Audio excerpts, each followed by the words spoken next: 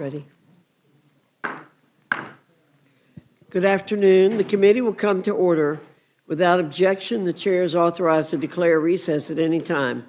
Today, the Rules Committee is convening to consider three measures, H.R. 8800, H.R. 8884, and H.Res. 1383. First, we turn to H.Res. 1383, a resolution highlighting the success of common sense tax policies that have made an overwhelmingly positive impact upon the lives of hardworking Americans and their families. It was almost 1 year ago here in this very room where we spent almost 21 hours discussing one of the most transformational pieces of legislation in a generation, H.R. 1. These are the policies that our Republican majority has championed and continued to champion. Almost 1 year ago, every single Democrat in the House voted to raise taxes on the American people. House Republicans did not. Instead, House Republicans passed legislation to permanently increase the standard deduction, eliminate taxes on tips and overtime, permanently increase the child tax credit, create and fund Trump accounts to help children begin saving for their future, and much, much more. Some are very quick to write off the successes and the prosperity that was unleashed thanks to the Working Families Tax Cuts Act. But the fact of the matter is that Americans are reaping the benefits as they should be. 97% of tax filers received a tax cut this year. Working families making between $15,000 and $30,000 are seeing a 21% tax cut, the largest of any income group. And an American family of four generally will not have any federal income tax liability on the first $73,000 they earn. I look forward to hearing about the additional benefits from the transformational legislation from our panel today. Next, H.R. 8800, the National Defense Authorization Act for fiscal year 2027, is the keystone of Congress's mandate to provide for the common defense of the nation. Our panel from the Armed Services Committee will speak about this monumentally important legislation at length, and I'm going to highlight a few portions that are particularly pertinent at the outside. On waste, fraud, and abuse, this legislation builds upon the strides made in fiscal year 2026 to streamline operations and cut nearly $30 billion in wasteful programs that spend taxpayer dollars in a very haphazard manner. Further, it creates a new task force and provides new authorities to eliminate fraudulent payments and achieve a full and clean audit within 24 months. H.R. 8800 provides our nation's service members with a 5 to 7% pay raise and couples that increase with improved and strengthened benefits for military families that relate to housing, education, and access to child care. It also allocates the resources necessary to maintain a strong posture of defense and deterrence against our nation's adversaries and the continued threats that they pose to the United States. The need for this legislation could not be greater. I look forward to our colleagues from the Armed Services Committee sharing their thoughts and insights with us here today on why this is the case. H.R. 8884, the Removing Barriers to Work for Disabled Americans Act, Mr. Scott's bill, would amend Title II of the Social Security Act to reauthorize demonstration authority for the Disability Insurance Program. This legislation works to empower Americans with disabilities by restoring the Social Security Administration's authority to run voluntary pilot programs to test policies that reward work instead of punishing it. It would ensure that no individual who is disabled and has a desire to work who participates in these programs will see a reduction in their personal income as a result of attempting to better their lives. Those who are disabled and want to join or remain in the workforce should have the opportunity to do so without having to worry about whether their disability benefits will just disappear. This legislation is about upholding fairness and opening the door to opportunity. It's certainly well-intentioned, and I believe will make a positive impact upon many Americans. With that, I look forward to the conversations we'll have today here in the Rules Committee, and I now yield to the ranking member for any comments that he wishes to make. Well, thank you, Madam Chair. Well, I want to begin by, first of all, wishing you a happy birthday. Thank you, sir. And I would sing, but if you've ever heard me sing, it would clear this room in a nanosecond. So I'll spare you. So you're going to be much nicer today. I will be. I promise you, I want to be as succinct as I possibly can, so that you can go out and celebrate tonight. That is the goal, for us to get you out of here at a decent hour. But having said that, I don't envy you today, because cleaning up the mess Republicans left last week cannot be easy. You know, we had a bipartisan housing bill ready to be signed, a rare, overwhelmingly popular bill that might actually help people afford a place to live. Republican leaders were publicly taking a victory lap on TV just as Donald Trump blew the whole thing up, saying he would refuse to sign the bill unless Congress also changes the rules on voting so that Republicans can legally kick registered voters off the rolls. I mean, they are holding affordability hostage so they can try to rig the next election. Are you kidding me? Imagine explaining that back home. Sorry, your rent is too high. You can't afford a mortgage. Congress did pass something that might help, but Donald Trump feels his power matters more than your housing costs. I mean, you can't make this BS up. Business stalled in the House. The rule got pulled. The floor shut down. Members were sent home early. And once again, the American people got a front row seat to Republican dysfunction. You guys control the House. You control the Senate and the White House and the Supreme Court, and you still can't govern, which brings us to today. We are meeting on a defense bill with $1 trillion price tag, a bad Social Security disability bill, and yet another resolution celebrating Republicans for their big, ugly bill. Not bills to lower costs or raise wages or make life easier, but $1 trillion defense bill, a dangerous Social Security bill, and a Republican self-esteem exercise. On NDAA, I will say that better pay for service members matters, better housing matters, better support for military families matters. But this bill authorizes more than $1 trillion for defense and wars at a time when Donald Trump has made it clear that he is perfectly happy to start an illegal war to kill 13 American service members. I think giving that much money to Pete Hegseth is nuts. Then there is H.R. 8884. This bill has broad authority over Social Security disability insurance to an administration that has already shown us exactly how it treats programs working people rely on. Speaker Johnson has said Social Security, Medicare, and Medicaid need to be adjusted and fixed.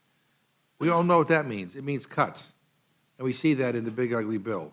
If anything, we ought to be expanding Social Security disability insurance so that the millions of Americans that depend on it can survive the high costs of the Trump economy. And then we have the second resolution this year that celebrates Republicans' big, ugly bill. Who's for this? Nobody in America is sitting at their kitchen table now saying, you know what would really help if Republicans in Congress spent more time congratulating themselves. Republicans want applause for a bill that cut food assistance.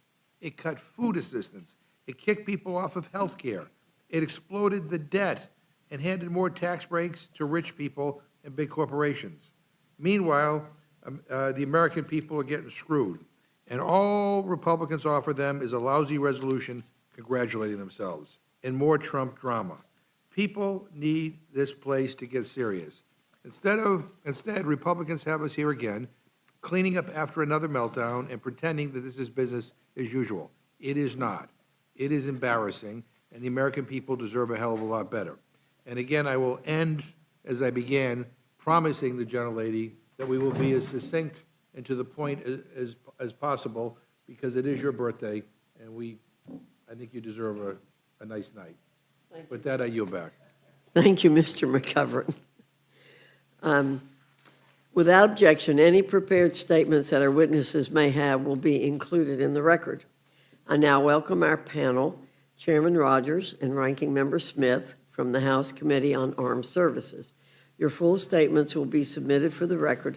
We ask you summarize your statement in 5 minutes. Chairman Rogers, I welcome your testimony. Thank you, Chairwoman Fox and Ranking Member McGovern, for having us here today. And I want to thank you and your staff for helping us get the FY 27 NDAA to the floor. Your staff's been great to work with. I also want to thank Ranking Member Smith, who's been an awesome partner in this process. I'm very proud of the work we did to put this bill together and report it out in a bipartisan manner again this year.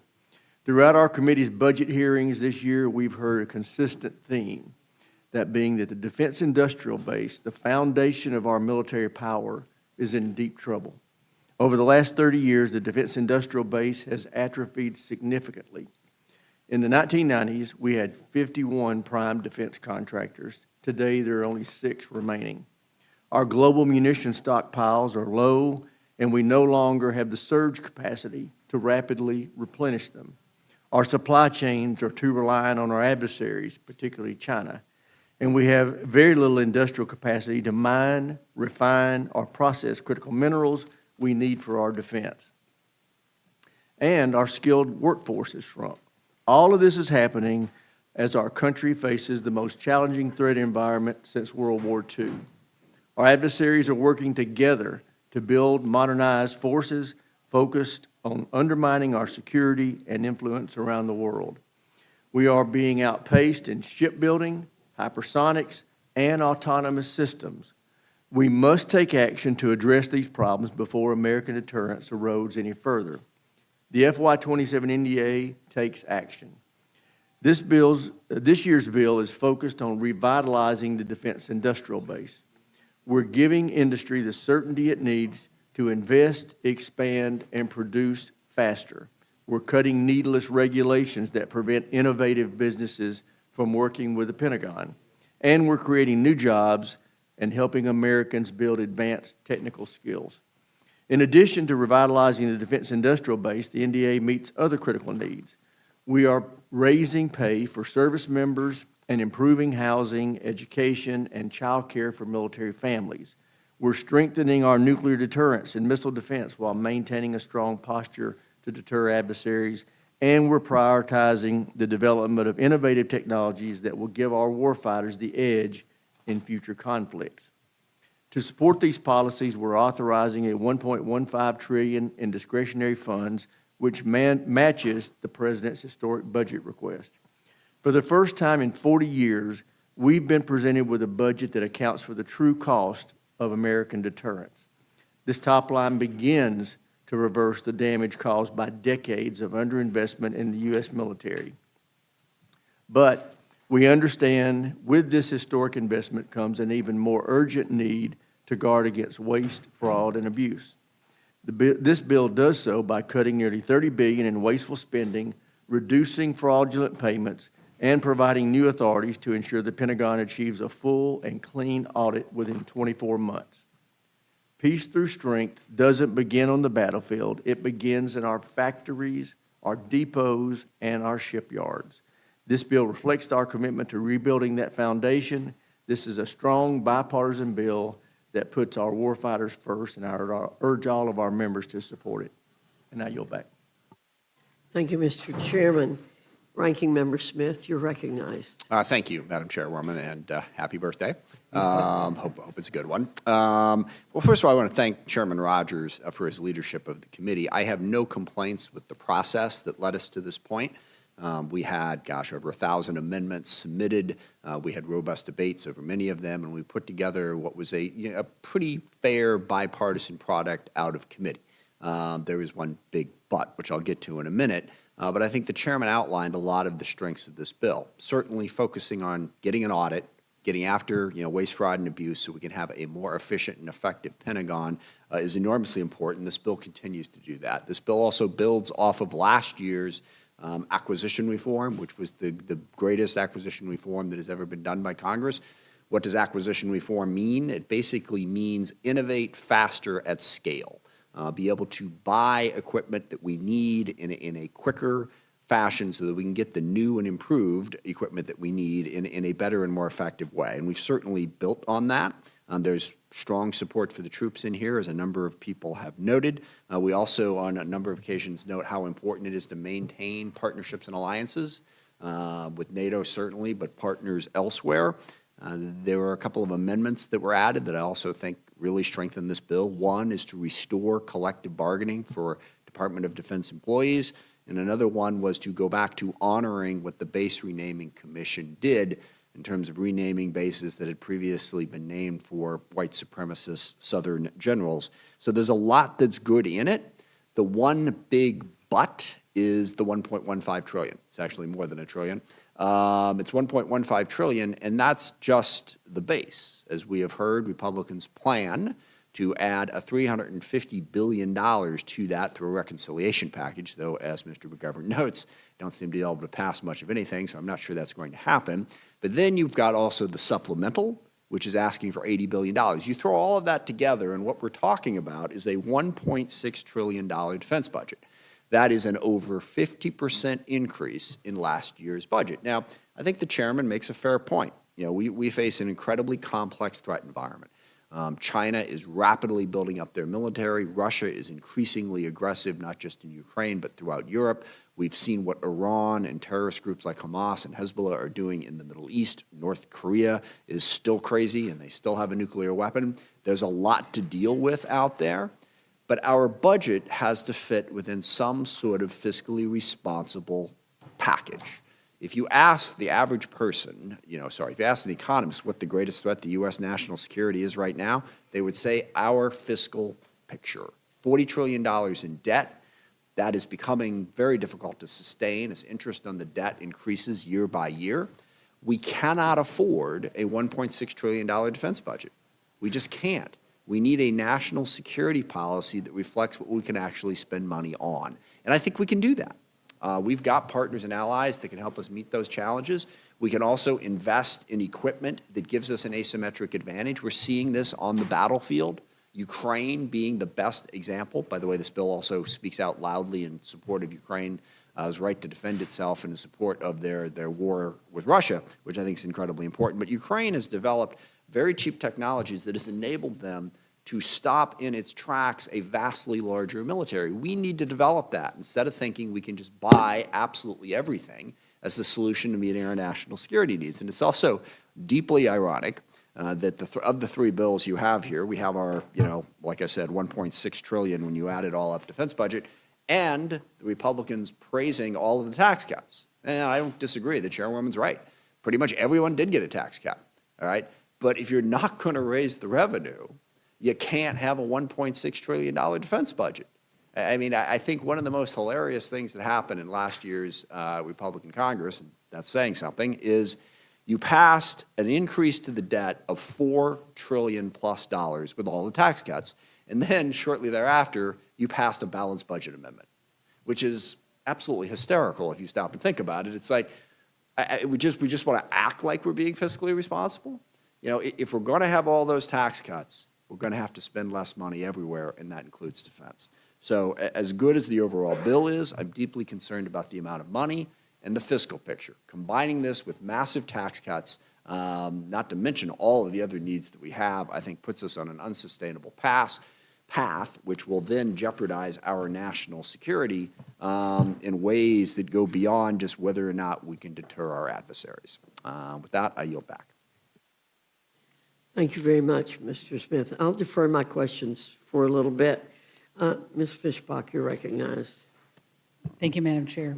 And thank you for bringing the bill forward. I appreciate it because I think this bill includes many wins, not only for our national security, but for the people that defend it. And I think that's important to point out.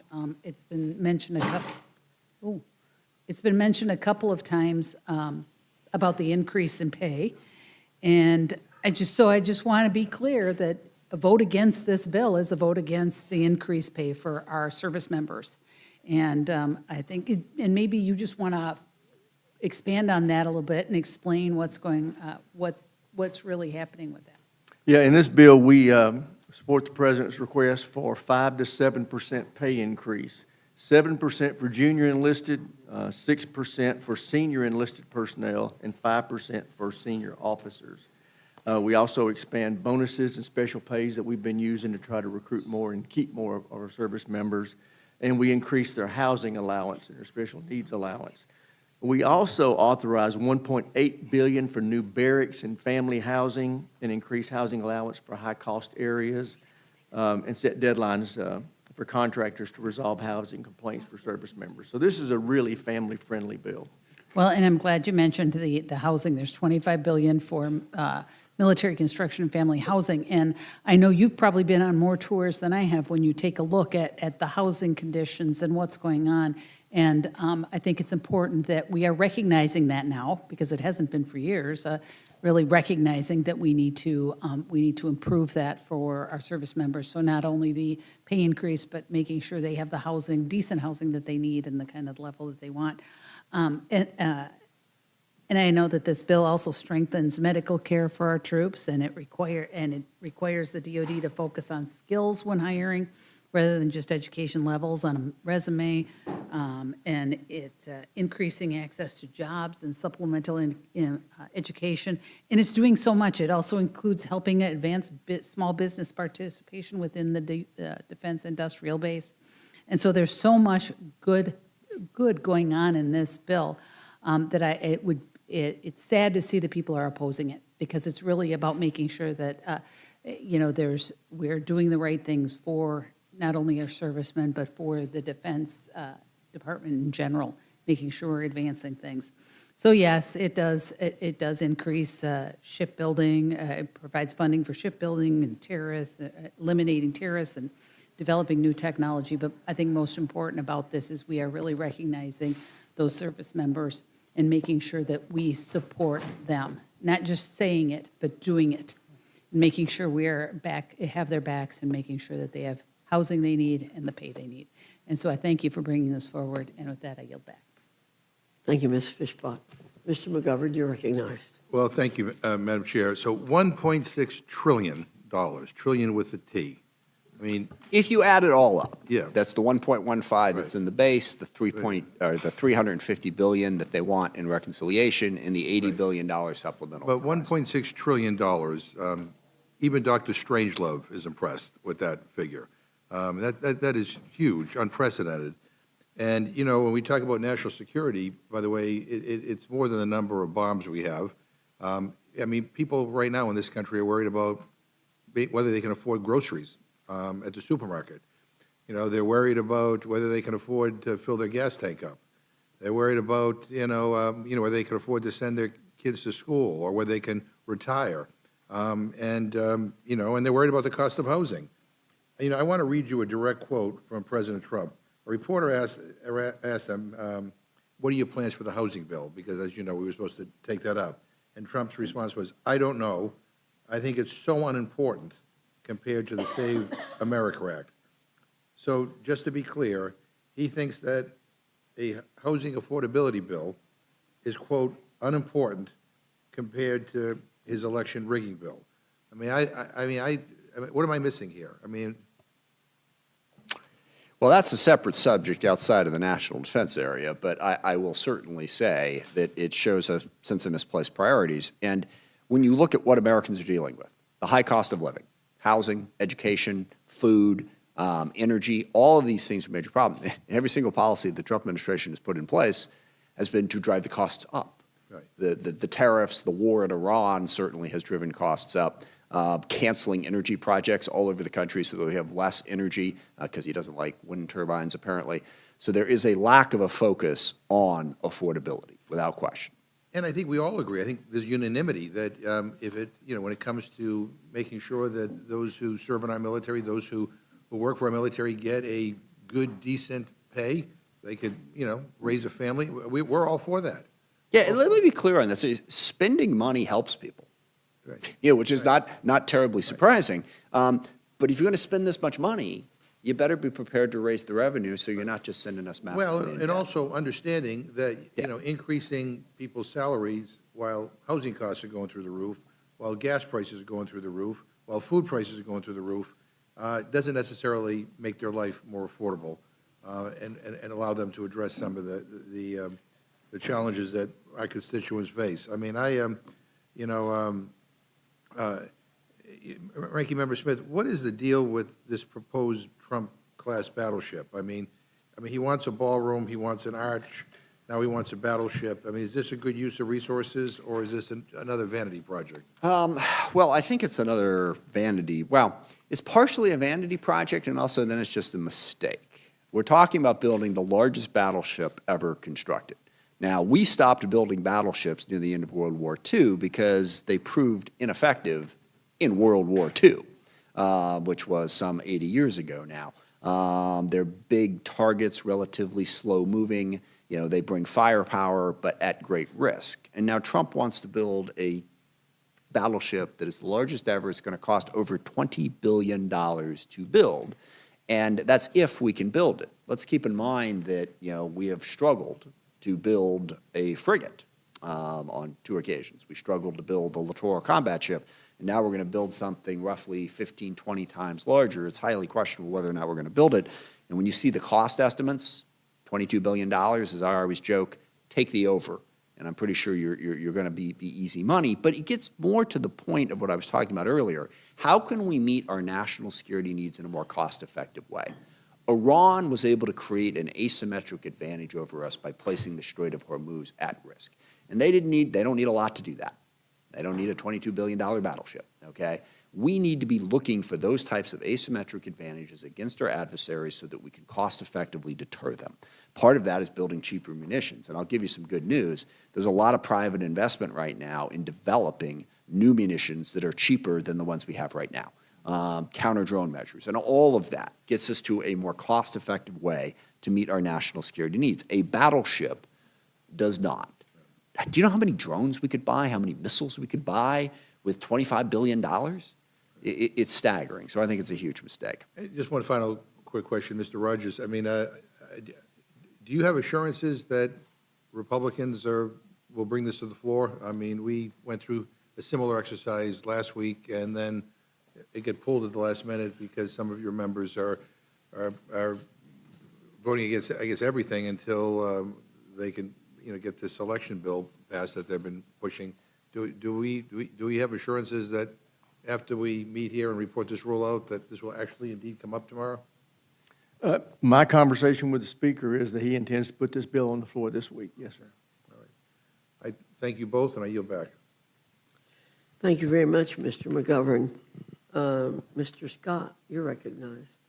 Thank you, Madam Chair. First of all, I have the privilege of serving on the Armed Services Committee with these two men. They both do a fine job. It is a committee that functions the way it is supposed to, and so I want to thank you for that. I know we've got staff here from both sides, and I wish every committee functioned the way the Armed Services Committee does. And I know that there were a lot of debates in there, and I know the vote was still a strong bipartisan vote, not as strong as it has maybe historically been. But I want to focus on one issue, if I can, Chairman Rogers, to explain to the American citizens why the revitalization of the defense industrial base is so important.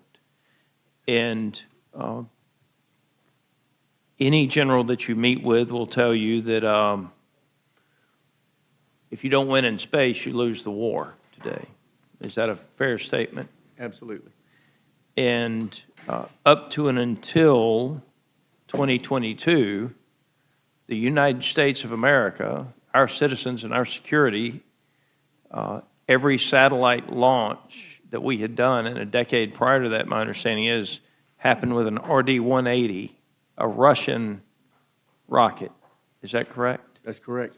And up to and until 2024, because we bought some additional rockets, because the leadership of the committee in a bipartisan manner saw this coming, and so we front-loaded the amount of rockets that we had until the U.S. industrial base could develop rockets so that we could launch our own satellites and no longer be dependent on the enemy of the United States to launch satellites. Is that a fair statement?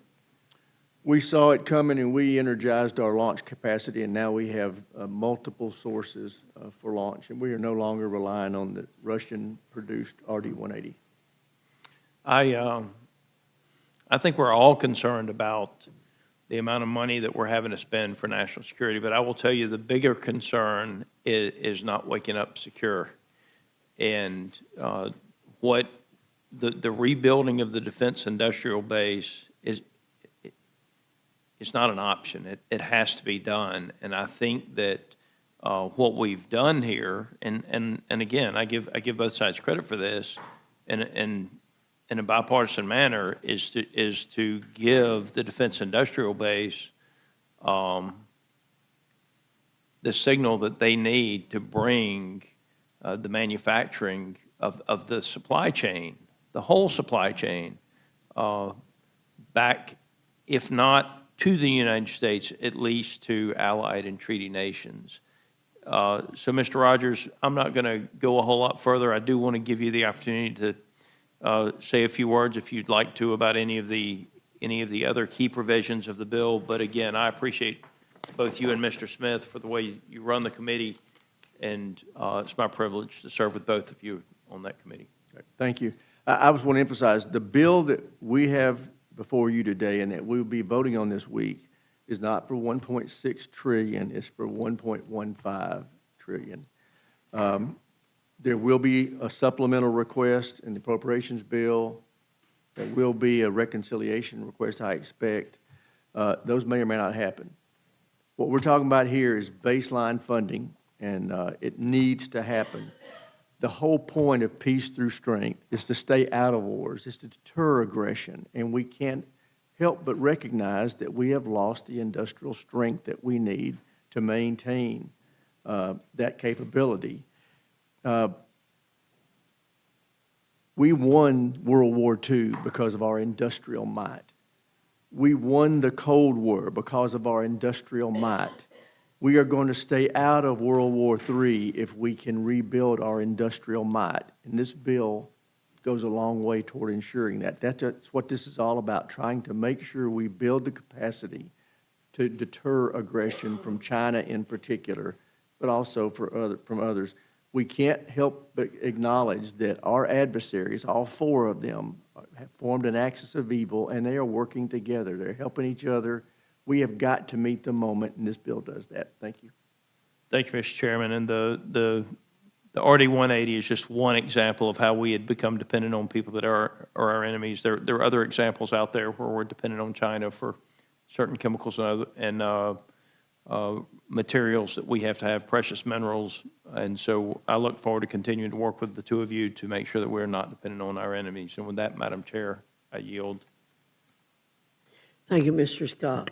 Ms. Scanlon, you're recognized. I want to join my colleagues in wishing you a happy birthday as well. I wore thank blue you. in your honor. Oh, thank you. So Chairman Rogers and Ranking Member Smith, I appreciate the bipartisan work that went into this NDAA. I would have to disagree with a little bit of the testimony. I think some would argue that strategic intelligence and proper use of our industrial base may be just as important as having that industrial base, because might alone isn't going to win the conflicts around the world, as I think we're seeing on a daily basis. There are a number of provisions in this bill that are long overdue. It expands access to contraception through TRICARE. It broadens coverage of assisted reproductive technologies for service members and their families. It protects the collective bargaining rights of our civilian defense employees. It also includes investments that are important in my district, including funding for 7 CH-47F Block II Chinook helicopters, manufactured very proudly in southeastern Pennsylvania.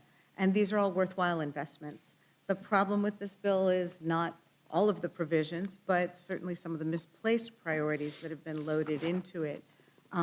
We've already had extended discussion about the fact that this is a massive amount of money, $1.15 trillion, with an additional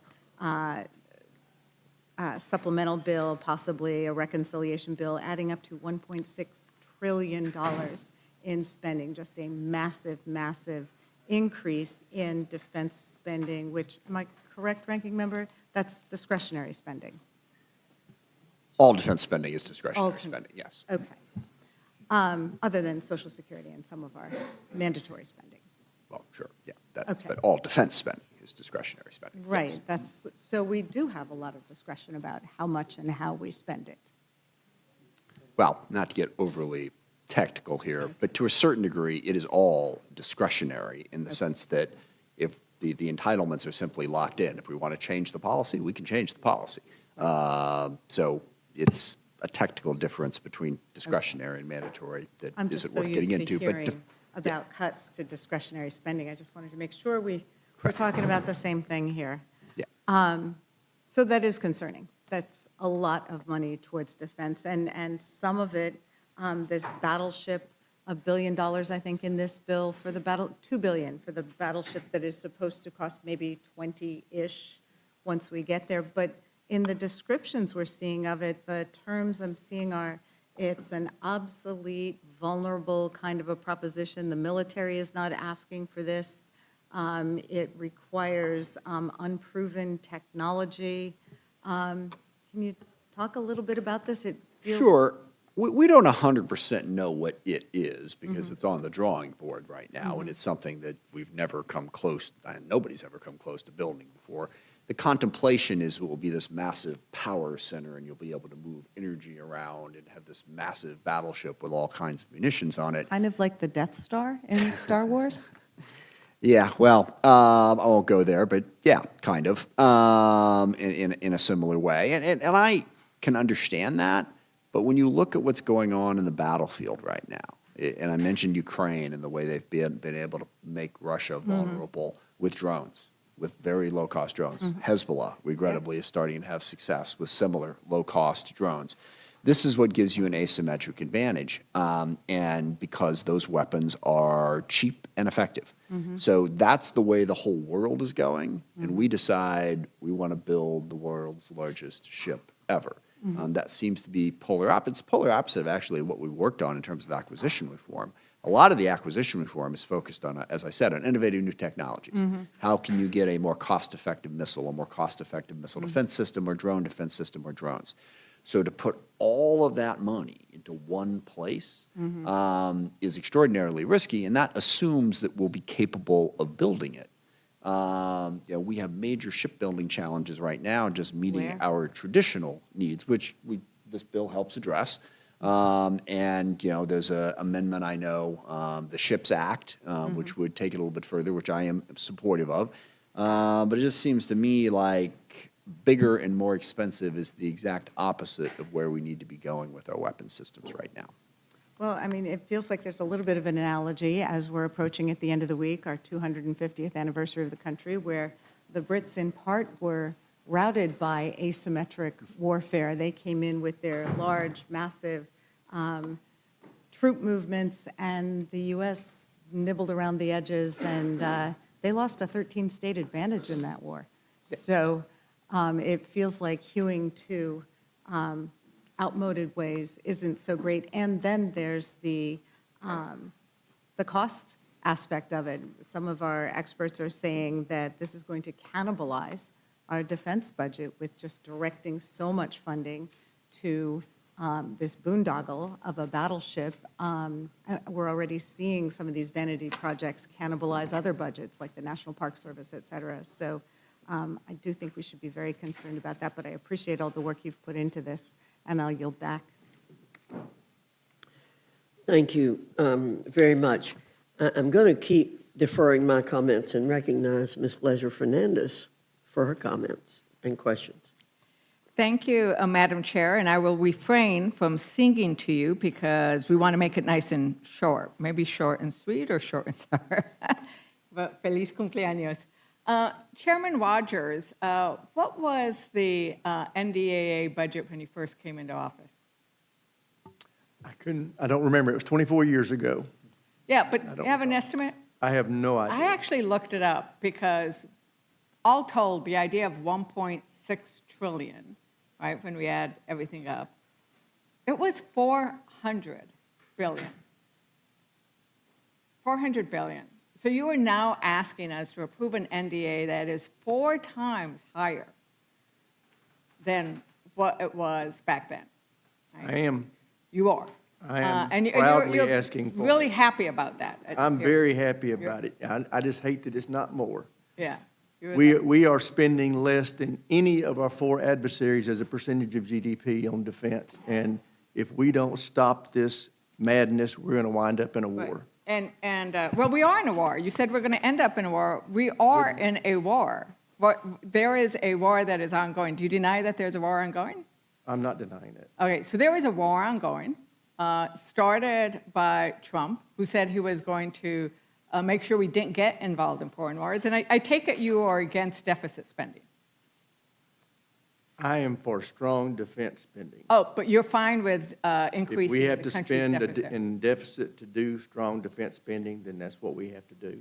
Right, and in fact, since you've come into office, every Republican president has increased the deficit through deficit spending, a lot of that on war.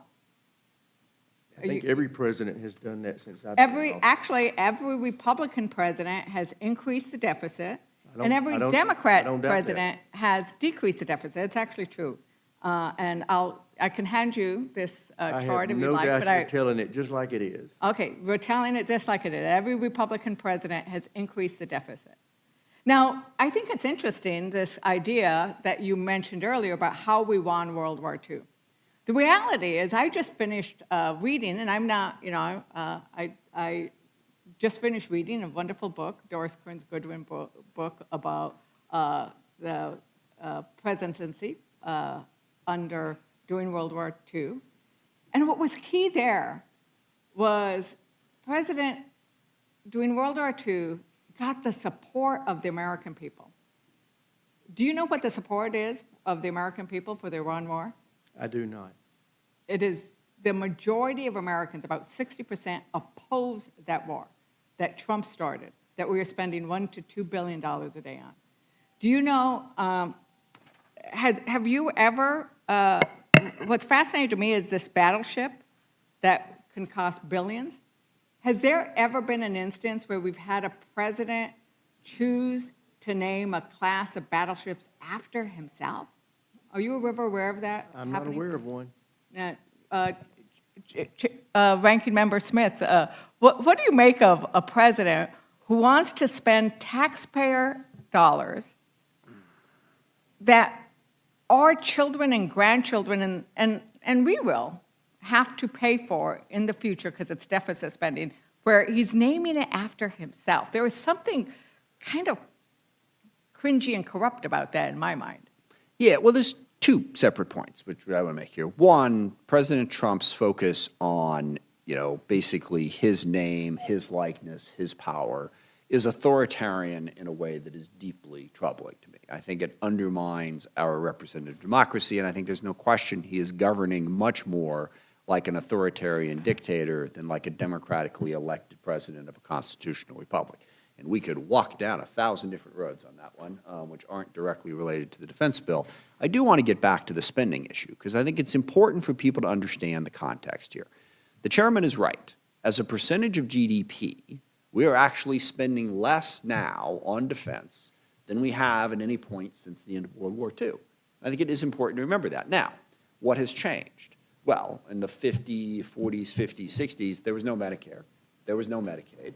We have massively increased spending in other areas, and as well we should.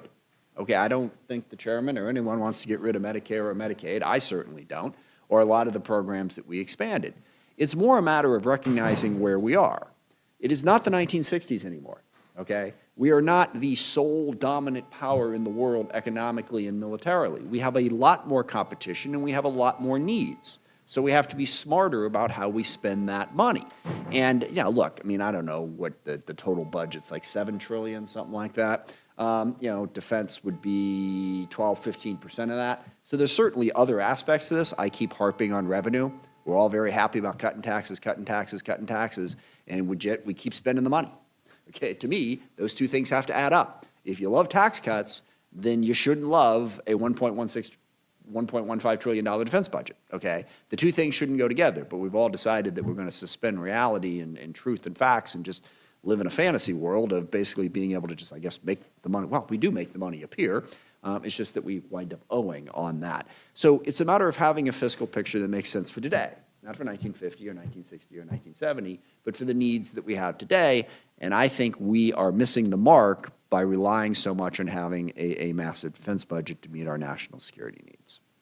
Thank you very much, and I will point out that Democrats support the increases in pay and what we're doing with regards to our service members. As the representative for Cannon Air Force Base, I'm very appreciative of many aspects in this bill, but not the concept of a $1.6 trillion defense budget that's deficit spending that doesn't have the same, because we've been keeping par, right, where we have discretionary spending on other matters as well as on defense, and this is not the case. And with that, Madam Chair, I yield back. Thank you very much. Mr. Langworthy, you're recognized. I have no questions at this time. I thank the witnesses for appearing. Thank you very much. I do want to ask a couple of questions and make a couple of comments. Mr. Smith, you've talked a lot about our cutting taxes, but we know in every instance in the history of this country, from, I think, John F. Kennedy, when we cut taxes, revenues go up. That's completely false. That is not false. No, it's completely false. Look, it doesn't go down by as much as you would have expected it to, but it's simply, I heard that argument over and over again, and it simply doesn't play out. We cut taxes in 2001, okay, significantly. And yes, as the overall growth, I mean, it grows just in general, even if you didn't do anything, but it grew by less than it would have had cut taxes. If cutting taxes increased revenue, then the most effective tax rate would be 0, and we would have the easiest job in the world. Okay, you can't tell me that cutting taxes increases revenue, because it doesn't. Okay, well, we're going to disagree on this. I think I'm right, so I'm going to move on. Mr. Chairman, I believe, and I don't know if you believe this, that the number one role of the federal government is the defense of this nation. We are celebrating our 250th anniversary, and that is about our becoming a nation, and it's about our becoming a group of states who joined together to become the United States and to gain our freedom. And ever since then, we've worked on the defense of this nation. That's what we have done. And we emphasize the word defense because that's basically what we do. So I do think we can spend too much money on defense. I appreciate very much the acquisition reform that you mentioned, Mr. Smith, that was in our last year's budget. I worked a lot on that with people in my district who were providing services to the armed forces. That came to my attention many years ago. I worked hard on acquisition reform, and I was very pleased that we got acquisition reform, and I think we can do more. I agree with you, Mr. Smith, on that. But I think that we need to spend, as you have indicated, what it takes to keep us a strong nation. I think Ronald Reagan was right. We will remain a free country if we remain a strong country. That's the role of the federal government. And so I don't think 1.15 is too much to be spending. And I always get very frustrated with our Democrat colleagues when they speculate about what's going to happen. We hear a lot of speculation in the Rules Committee. So, yes, there may be more spending in a Reconciliation 3.0, and I frankly think there probably should be. But that's the role of the federal government. Most of the money that we're spending is on automatic pilot on programs that could be supported by the states and the localities without without the federal government involved, without the federal government wasting a lot of money by being involved in it. And so I think we're moving in the right direction. Let me ask you to talk a little bit more about the domestic industrial base, which you mentioned before. I have understood that too. You mentioned going from 50 prime firms to as few as 6. Competition's waned, innovation has been impacted. But most concerningly, these dynamics are happening at a time of increasing kinetic engagements and hot conflicts involving the United States. As you said, this isn't the 1990s. You mentioned that yourself. Our allies are at the doorstep of invasion from our chief adversaries. The United States isn't facing attacks from proxies backed by Iran alone. So we now have the Iranian regime itself. So can you speak to how this bill offers the potential to jumpstart increased competition in the defense industrial base, provide the certainty they need to bring increased investment in market players? You alluded to it briefly, and then secure our supply chains against unprecedented pressure against them. I will. And I do want to remind the committee that what my friend, the ranking member, mentioned, and that is defense spending is just 12% of our federal spending. And if we don't get it right, none of the rest matters because we won't be free and safe. We won't have a country.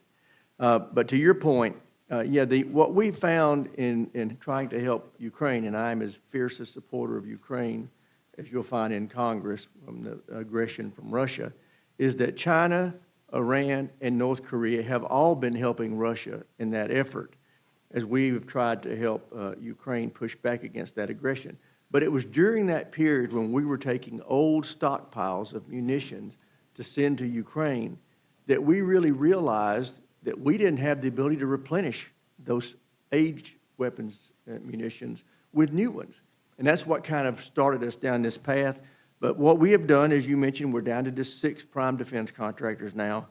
In order to help them recapitalize, we have guaranteed them 7-year contracts for production. We did that with the reconciliation bill that we passed in the current fiscal year. To send a demand signal to the markets, you can loan them money to make investments in new plant and equipment to help us build. But we've also got to start working on the supply chain, and that's what we do in this bill. We have got to have more capacity to supply these primes and hopefully invite more companies in to the ecosystem. But we also have to reshore, onshore mining and processing of critical minerals and elements that we need for this stuff. We have a whole plethora of things that have to be done to grow the defense industrial base, and that's what this bill does. You couldn't do it in just 1 year, and we're not going to get it done in this year. But we are sending a demand signal with this authorization that we are serious about reinvigorating the defense industrial base so that the market will rise to the occasion. A lot's been being said about how much we are spending on defense this year, 1.5 trillion in this. I don't know of a single thing to help the defense of this country that came out of the $6 trillion spent during the Biden administration. Nothing to help the defense of this nation. They are expressions for what happened to that $6 trillion. Suffice it to say, most of it was wasted, and wasted very unceremoniously. Thank you very much, Mr. If I might, Madam Chair. Norman. Just so people know, you're talking about the $6 trillion that was spent during COVID. There were a variety of different. It wasn't all. I guess, yes, So- Mr. Smith. I think people understand that. Well, that some it was of spent. that was spent at the end of the Trump administration with the CARES Act and Well, everything. So it it was both that were involved. It was $6 trillion under the Biden It was. administration. Mr. Norman, you're recognized. Thank both of you for testifying today. Where the 30 billion that was cut, waste, fraud, and abuse, where did that come from? And what was the increase from last year to the 1.1 trillion? Am I right on that bottom number? What was our total defense yeah. spending? It gets a little confusing. Yeah, I was fixing to say, the baseline discretionary spending was not increased last year, it was flatlined. We put 150 billion reconciliation one-time money on top of the baseline of 886, which we took from 2024 into 2025. So baseline spending has been level for 2 years. If we raise it with this bill, it'll be the first time in 3 years it's been increased. We had one-time reconciliation money that was passed last year to try to jumpstart the defense industrial base, and that's part of what we did when I talked about the 7-year guaranteed contracts, is using part of that money for that, but also replenishing munition stockpiles that we have depleted from recent endeavors. With Iran? No, that was really more Ukraine. That's perspective, what you're talking about with Iran. Okay, and the reduction on to 6 main suppliers, That just has occurred over decades of reduced defense spending. The market responds to what we're spending, and we were spending at a much higher clip in the 80s and early 90s. But as we began to decrease defense spending, the market responded and it shrank. Well, there was also a lot of consolidation. And there was So consolidation. the 6 remaining gobbled up a lot of the 50. Some of them went under, but some of them were gobbled up. Just to understand the numbers, so last year, I thought it was 896, but 886, whatever the base budget Well, that's was. including energy. Energy, You're right, yeah, I always you're forget right. about that. And then we added 156 billion in reconciliation. So last year's total defense spending would have been right around $1 trillion. A little over $1 trillion. Yeah, a little over $1 trillion because of that. And now this is 1.15 trillion. So even that's like a little over a 10% increase from last year, and then we don't know what's going to happen with reconciliation or the supplemental.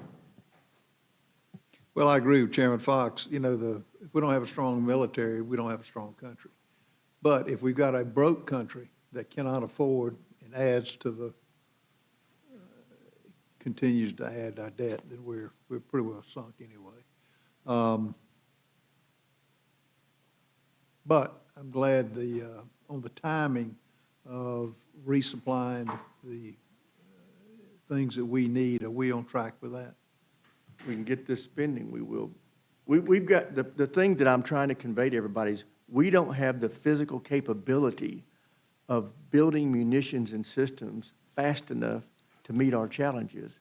And if we don't correct this, this is dangerous territory we're in. Well, thank you, appreciate it. No further questions. I yield back. Thank you. I want to follow up with one quick question about World War II. How many ships were we building, one every 4 days? Did I read that the other day? It was Do you remember something that? like that. I mean, they weren't the kind of ships we build now, but yeah, we were building them at an enormous, but that's a wonderful example of what we demonstrated a nation we can do when we can have do. to. Yeah, but we did have an industrial base at that time. We swelled up and created one, yes, Right. ma'am. Mr. Jack, you're recognized. Thank you, Madam Chair, and thank you, Mr. Chairman, for testifying, and for your team and yourself working with me throughout this process has been very helpful, so I'm gracious for that and grateful for that. So my question is, when we look back to last year, 94 Democrats voted against final passage of the NDAA, if I'm not mistaken. Could you frame for this committee what a vote against this week's version of the NDAA is? What does that constitute? Obviously, I think it's malfeasance when we know that we're in a recklessly dangerous circumstance as far as our ability to defend ourselves and to build munitions and weapon systems that will deter aggression. I think it's irresponsible, otherwise I wouldn't be here promoting it. Wonderful. Well, with that, I think you've answered many of the questions of this committee throughout the hearing, so I will yield back to you. Mr. Jack, would you Absolutely, yield a yield to moment? you. I believe the chairman pointed out earlier, it is a slap in the face of our military people because there's a big raise in here for them. So if you vote no, you're voting against those who are serving in the military. I'm sorry, I got to speak up here. That's utter nonsense, okay? And there have been situations where. Mr. Smith. I'm sorry. Thank you very much. Yeah. Thank you very much.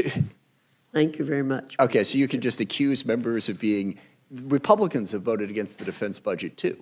Are they slapping, the armed services members in the face? We have a responsibility to make a decision, one way or the other. I've voted for the bill many times, I've voted against it. I don't think we should accuse any member who votes against the defense bill of slapping our troops in the face. I think that is just out of order.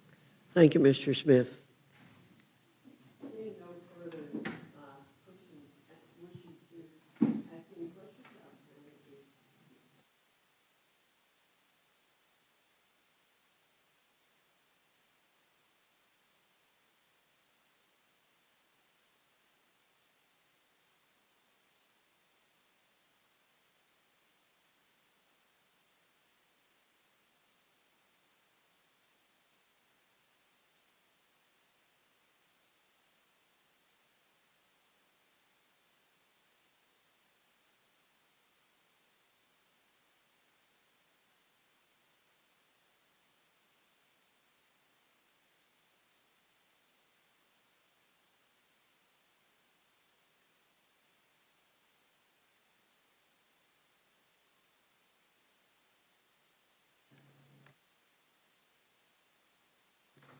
All right, I welcome our next panel, Representative Van Dyne and Representative Moore from the House Ways and Means Committee.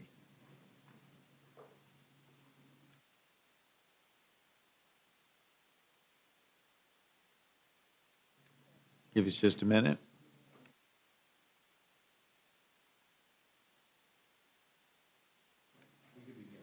All right. We're going to go ahead and start in just a second, but your full statements will be submitted for the record, and we ask that you summarize your statement in 5 minutes. We do ask that your statement cover all legislation in your committee's jurisdiction. Representative Van Dyne, we're going to go ahead and start with you and welcome you for your testimony. You're now recognized for 5 minutes. Thank you very much, Mr. Chairman and Ranking Member McGovern, for this opportunity to testify on the Removing Barriers to Work for Disabled Americans Act that was introduced by Representative Scott, as well as my resolution celebrating the historic results of the Working Families Tax Cuts. Hey, Gwen, how are you, honey? The Removing Barriers to Work for Disabled Americans Act empowers Americans receiving disability insurance who want to work by addressing shortcomings in the Social Security Disability Insurance Program. Today, less than 1% of disability insurance beneficiaries leave that program each year because of a successful return to the workforce, despite the fact that 60% of beneficiaries say they would like to work. Whether it is a fear of receiving overpayments, hitting a benefit cliff, or being unable to navigate confusing rules and regulations, Americans with disabilities face barriers to work. During a Ways and Means Subcommittee hearing, we heard about these bureaucratic roadblocks. We also heard from a disability advocate that if work had not been an option, he would have graduated to the couch. Instead, his work has given him real purpose and a different outlook on life. Under this bill, the Social Security Administration can deploy demonstration projects to test policies to improve outcomes for disability insurance beneficiaries. The SSA previously had such authority, but it expired in 2022. This bill reauthorizes it for 5 years, and it ensures that participation in pilot programs is completely voluntary. And let me repeat that. Participation in this program is completely voluntary. Also, any new return to work policy cannot cause a reduction in the income of any participating beneficiary. Representative Scott has long been a champion for Purple Heart veterans, many of whom are eager to return to work, but they can't afford the severe restrictions placed on their work status. I commend Mr. Scott for expanding his bill to allow demonstration authority for so many affected groups, including blind Americans. This legislation received bipartisan support in the Ways and Means Committee, in which we all agree that empowering Americans to experience the dignity of work is a worthy cause. Turning to the working families tax cuts, President Trump and Republicans in Congress delivered tax relief to working-class Americans like waitresses, linemen, seniors, moms and dads, farmers, and small businesses, so they can keep more of their hard-earned money. When my Democrat colleagues talk about this bill, all we hear about is the benefit of billionaires. Look, I've never met a billionaire who's earned tips or worked overtime, or worked for overtime. I've never met a billionaire who relied on Social Security or who needed a more than double child tax credit, or that benefited from a simpler tax code that more than doubles their standard deduction. Pro-worker, pro-family tax cuts like no tax on tips, no tax on overtime, no tax on Social Security, a larger child tax credit. The enhanced standard deduction led to historic tax refunds that were up more than 11% on average, and the total amount refunded up more than 18%. In fact, 97% of Americans got a tax cut. Meanwhile, the share of income tax that top 1% are paying rises from 37 to 40% under the working families tax cuts.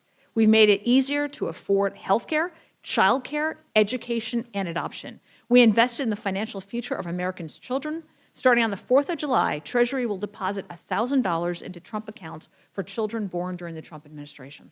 The Ways and Means Committee has heard numerous stories of how Americans benefited. A Texas steelworker is using no tax on overtime to start a family. A waiter in Arizona used no tax on tips to start law school. A teacher from Texas said the refundable adoption tax credit will help his family adopt their second child. For rural America, Republicans made the double death tax exemption permanent, so 2 million family farms can pass their legacy to the next generation, as rural opportunity zones help $100 billion in investment to small towns. The permanent small business deduction helps 36 million small businesses grow and hire. Pro-growth, permanent tax policy is sparking a stronger economy. In the last 3 months, manufacturers added 22,000 jobs and private businesses created 499,000 net new jobs.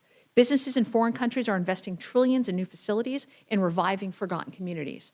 Manufacturing grew at the fastest level in 4 years, and capital expenditures are up 17% overall.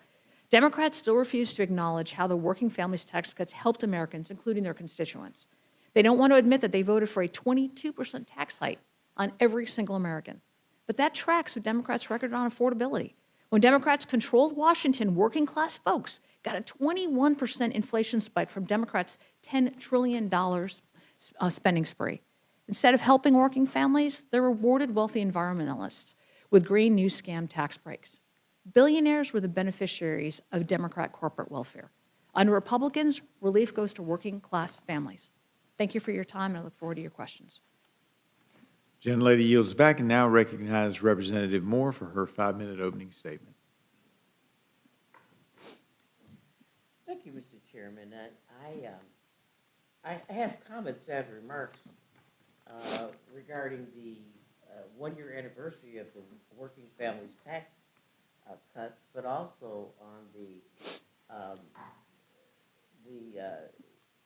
HR 884, the Removing Barriers to Work for Disabled Americans Act. So what would you like to hear my testimony on? Well, we're here on the Disabled Americans Act. Okay, thank you so much. Well, both. I'm here. Or both. We're doing both. 5 minutes, okay.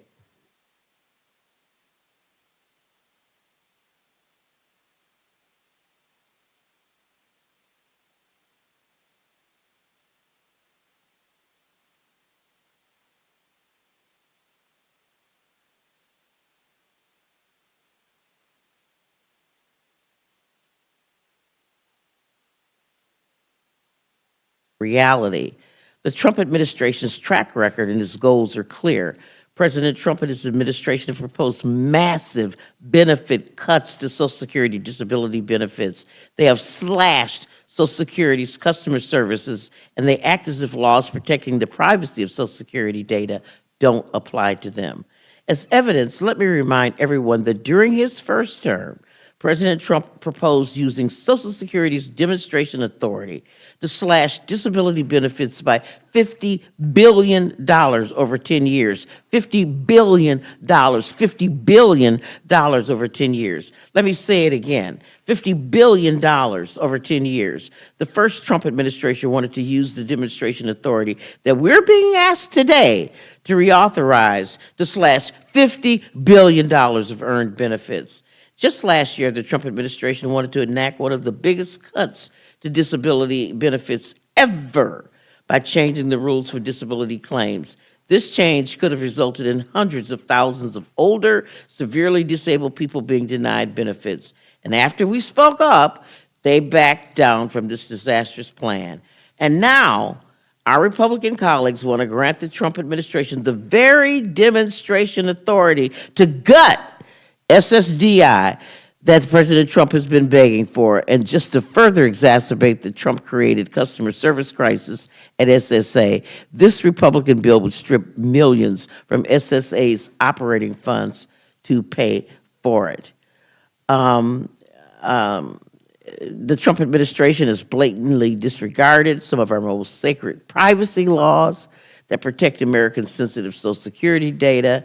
So it's hard to imagine that this administration wouldn't try to skirt some of the other requirements for demonstration projects. For example, current law requires that SSA must obtain the voluntary written consent of anyone who participates in a demonstration, but it's entirely up to the administration to determine what it looks like. Is this a Trump administration really trying to spell out all the risks?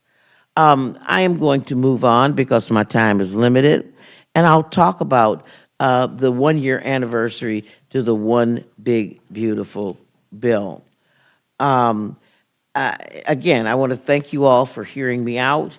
When I heard that we were going to do a resolution commemorating this, I wondered why my Republican colleagues were just gifting Democrats with another opportunity to talk about this deeply flawed and unpopular signature bill.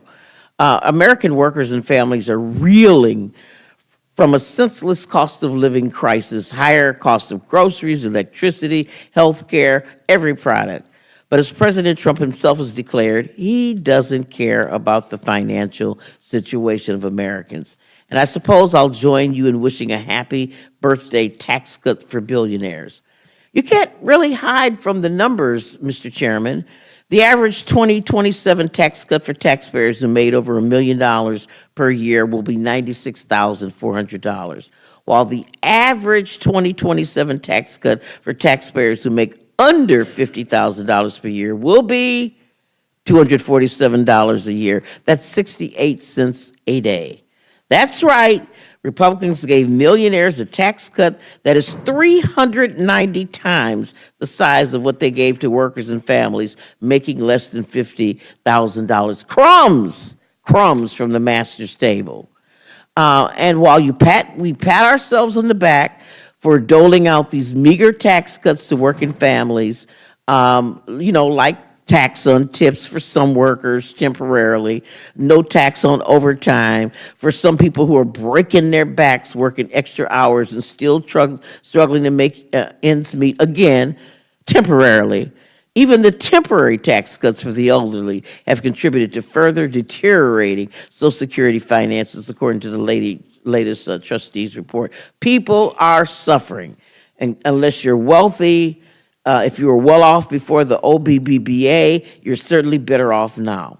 And under the guise of tackling the favorite triplets, the boogeymen, waste, fraud, and abuse, we have taken food out of the mouths of the hungry, including over 800,000 children. We've cut access to health care for millions across our nation. And instead of investing in people, we're pushing more people off. We made them healthier, more unhealthy, more hungry, and more desperate. And Mr. Chairman, thank you so much. And I wish the chairman of the committee were here so I could wish her a happy birthday. And she may step back in a minute, but she had to take care of something. That said, appreciate it. The gentlelady yields back. Now recognize the gentleman from South Carolina. Do you have any questions? I have no Mr. questions. Norman? Thank you. All right. Yield back. Recognize the gentleman from Massachusetts, Mr. McGovern. Yeah, and I just want to state for the record that when I was chair of this committee, I never cut anybody off who testified. So, I mean, I know things are different, but just so you know. The idea that we're going to have a resolution, to celebrate the big ugly bill is beyond me. And I don't know, Ms. Van Dyne, I mean, if you go to a grocery store, prices are up. You go to a gas station, prices are still too high. You go everywhere, the price of everything is too high. But I just want to read to you a couple of testimonies from people in this country who basically can't afford their health care anymore because of this administration and because of this Congress. Sharon Dunham from Grand Rapids, Michigan, a two-time cancer survivor. She went without insurance this year after her premium would have risen to about $980 a month from $614, and is paying out of pocket for tests and visits until she turns 65 and qualifies for Medicare. quote, "It is definitely terrifying," she said. Arona East from Harrisburg, Pennsylvania. Arona and her partner and her 20-year-old son no longer have health insurance because it's too expensive. Through her work, a family plan would cost her $800 per pay period, and a state marketplace plan with a high deductible will cost about $650 a month, he said. Right now, I'm not able to pay for the marketplace insurance because it's just astronomical, she said, adding that the cost has kept her from getting care for premenopause symptoms. Eric and Lisa Frankenfeld from Point Pleasant, New Jersey, a chiropractor and his wife, who's an office manager, their premium was set to skyrocket to $1,928 a month from $340, so they decided to go without coverage for 2026. Quote, "We are healthcare providers who cannot afford benefits. Oh, the irony," she said. I can go on and on and on. I ask unanimous consent to insert this into the record, Mr. Chairman. Yeah, these are testimonies of people who can't afford their health care anymore because of the policies of this. No, this is collected by Protect Our Care organization. And it's dated? It's current. It's current. Yeah, right, okay, all right. Read it for you. Yeah, what? I'm happy to keep reading. Well, I mean, I'd be here all day reading it for you. But, right, right, yeah, yeah. It's real-life stories, which we should care about. Look, we all support helping disabled Americans who want to return to work, but as we've seen time and time again, when you give the Trump administration an inch, they take a mile. The Trump administration has provided zero information on how it would use this authority. In fact, when asked in markup if the administration has shared any details of its plans, Republican counsel stated he was, quote, "not aware," end quote. So, Ms. Van Dyne, if you want the Social Security Administration to do these demos, why don't you authorize any specific demos in statute? Why leave it open-ended? Well, I think, I mean, you're talking about the potential to be able to cut disability benefits. The bill specifically stipulates that demonstration project may not reduce beneficiaries' total income. And this is a new beneficiary protection that was not included, by the way, in the previous authorization, the SSA's Disability Insurance Demonstration Authority. But why not authorize specific demos in the statute? You can, this is basically a reauthorization, but with stronger effects. But I do want, I mean, you hit on gas prices. So gas prices, just by the way, have fallen for the last 6 weeks.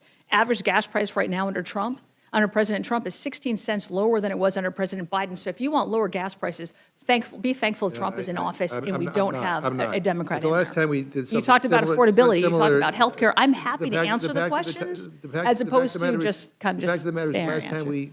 we reauthorized something similar, we actually included demo projects. But in addition to the bill that we're considering today, my colleague, and I don't know, and he may not want me to say this, but Representative Austin Scott actually has a bipartisan bill, H.R. 7120, that would make several specific SSDI program changes to help combat disabled Purple Heart veterans, to help combat disabled Purple Heart veterans who want to return to work. Would you support allowing the House of Representatives to also have an up or down vote on the floor for Rep. Austin Scott's bill to help Purple Heart veterans on SSDI who want to return to work? I think what this is, you're seeing all this put into one bill. I think it's important because it also allows a lot more flexibility. I didn't see that in the bill.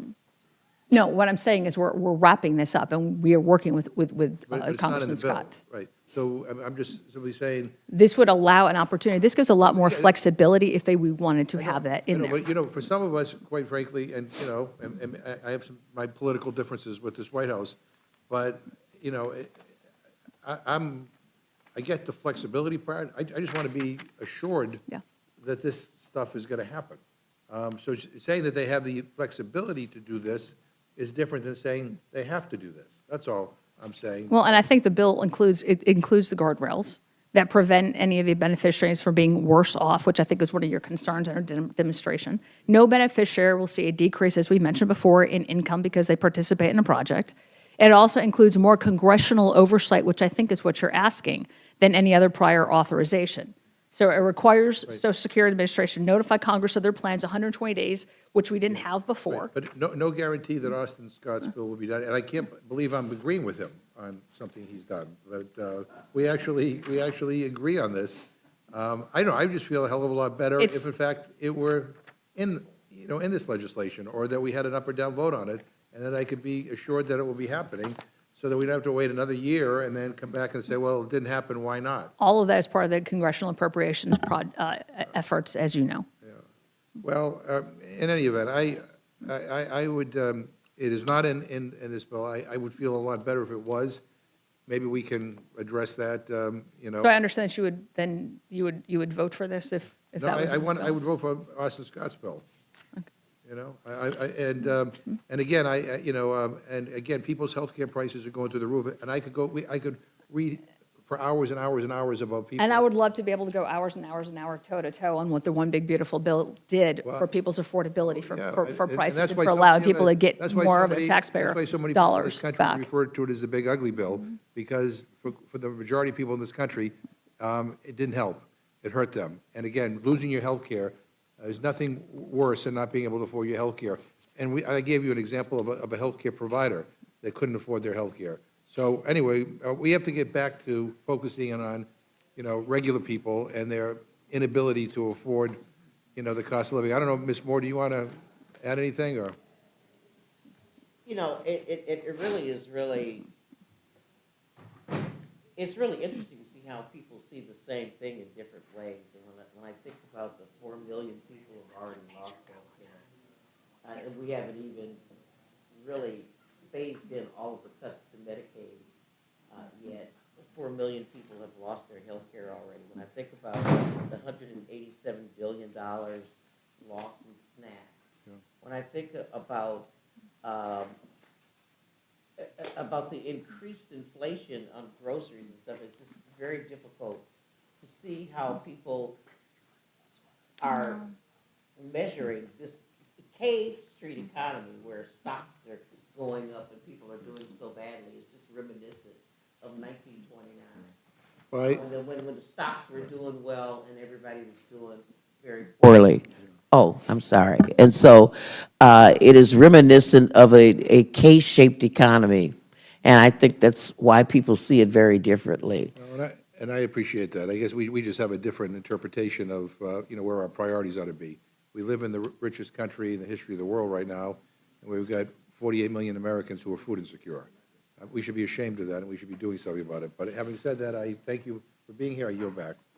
Gentleman yields back. Now recognize the gentleman from Georgia. I apologize that I got out of order earlier, and recognize the gentleman from Georgia, Mr. Scott. Not a problem, and I appreciate Mr. McGovern mentioning my legislation, and I want you to know that I do think it is the intent of the administration to carry out the intent of the Purple Heart Freedom to Work Act if we're able to pass this. And so I will just tell you the way this came about, and I've worked on this for almost a decade. I was taking a young man hunting, a young Marine.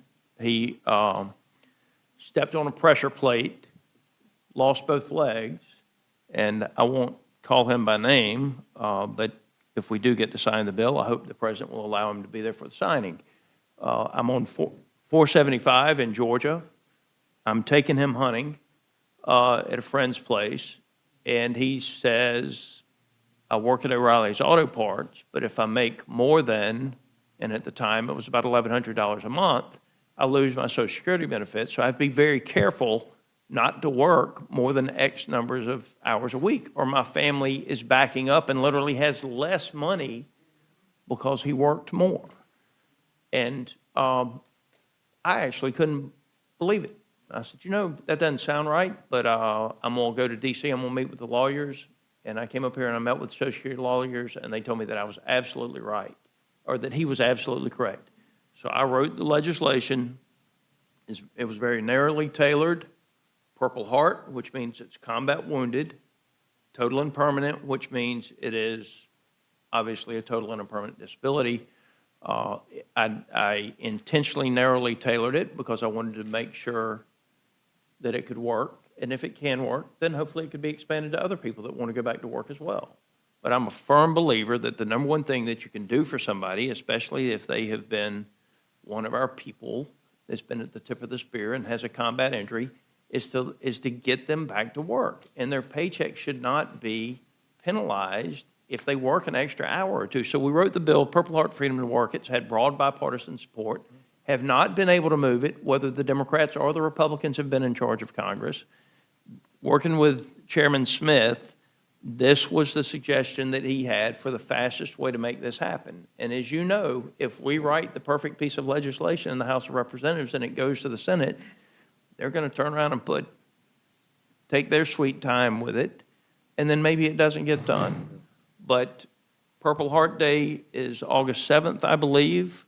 I think there is broad agreement that if somebody is combat wounded, total and permanent, that they should be allowed to go back to work, and they shouldn't have less money at the end of the month for going back to work. Can I very rarely say this, but I agree with you. Hang on. Does the gentleman yield? I will yield. Gentleman yields to the gentleman from I Massachusetts. very rarely say this, but I agree with you. And that's why, I can't, it troubles me, because it would have been easy just to include your legislation in this. But I get it. But I hope you're right. And with respect, Mr. McGovern, we have had that legislation, whether the Democrats have controlled or the Republicans have controlled and not been able to get it.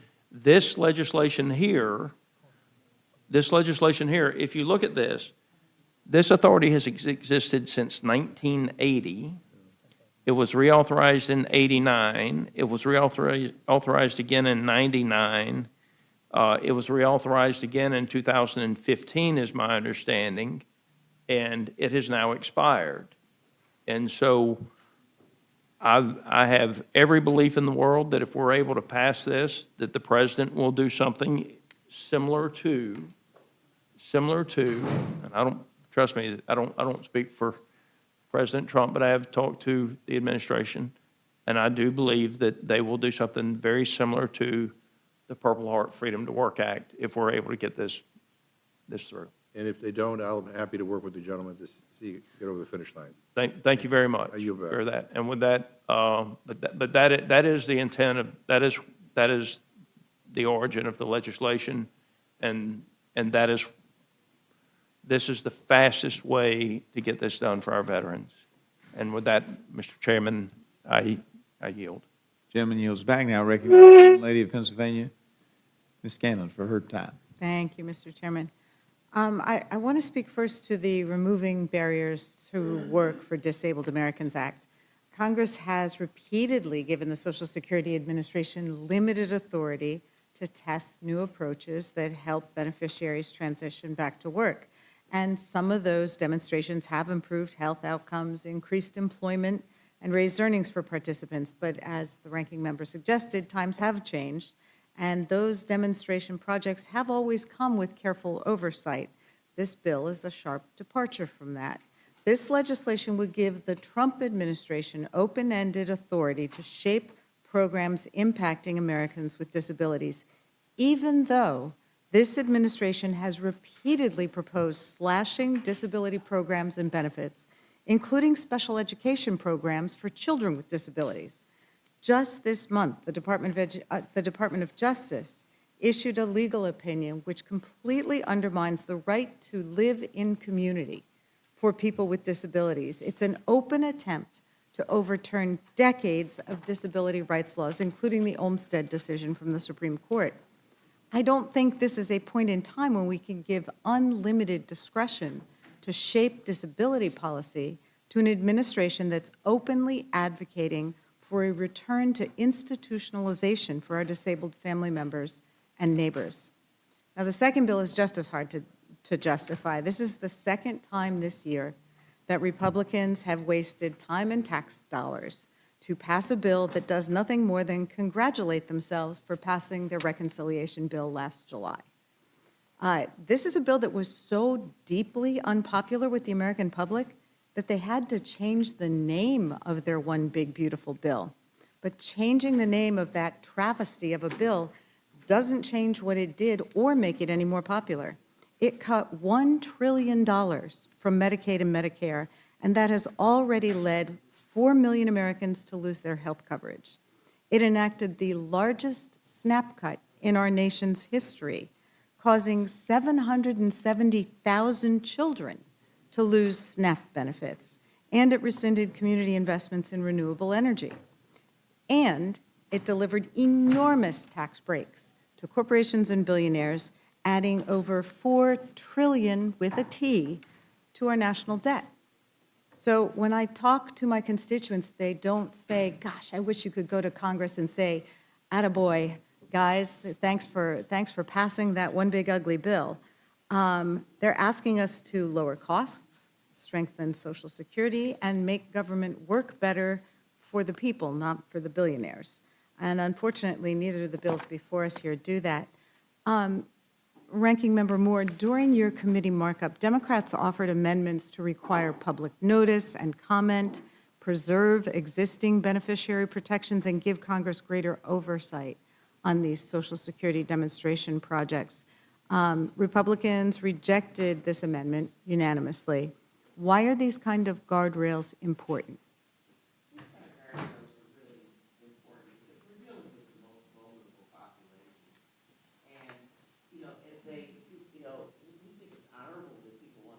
To work, but we do know that they're very vulnerable, and we don't want them. We need guardrails so that there'll be ways for them to back out of unsustainable events.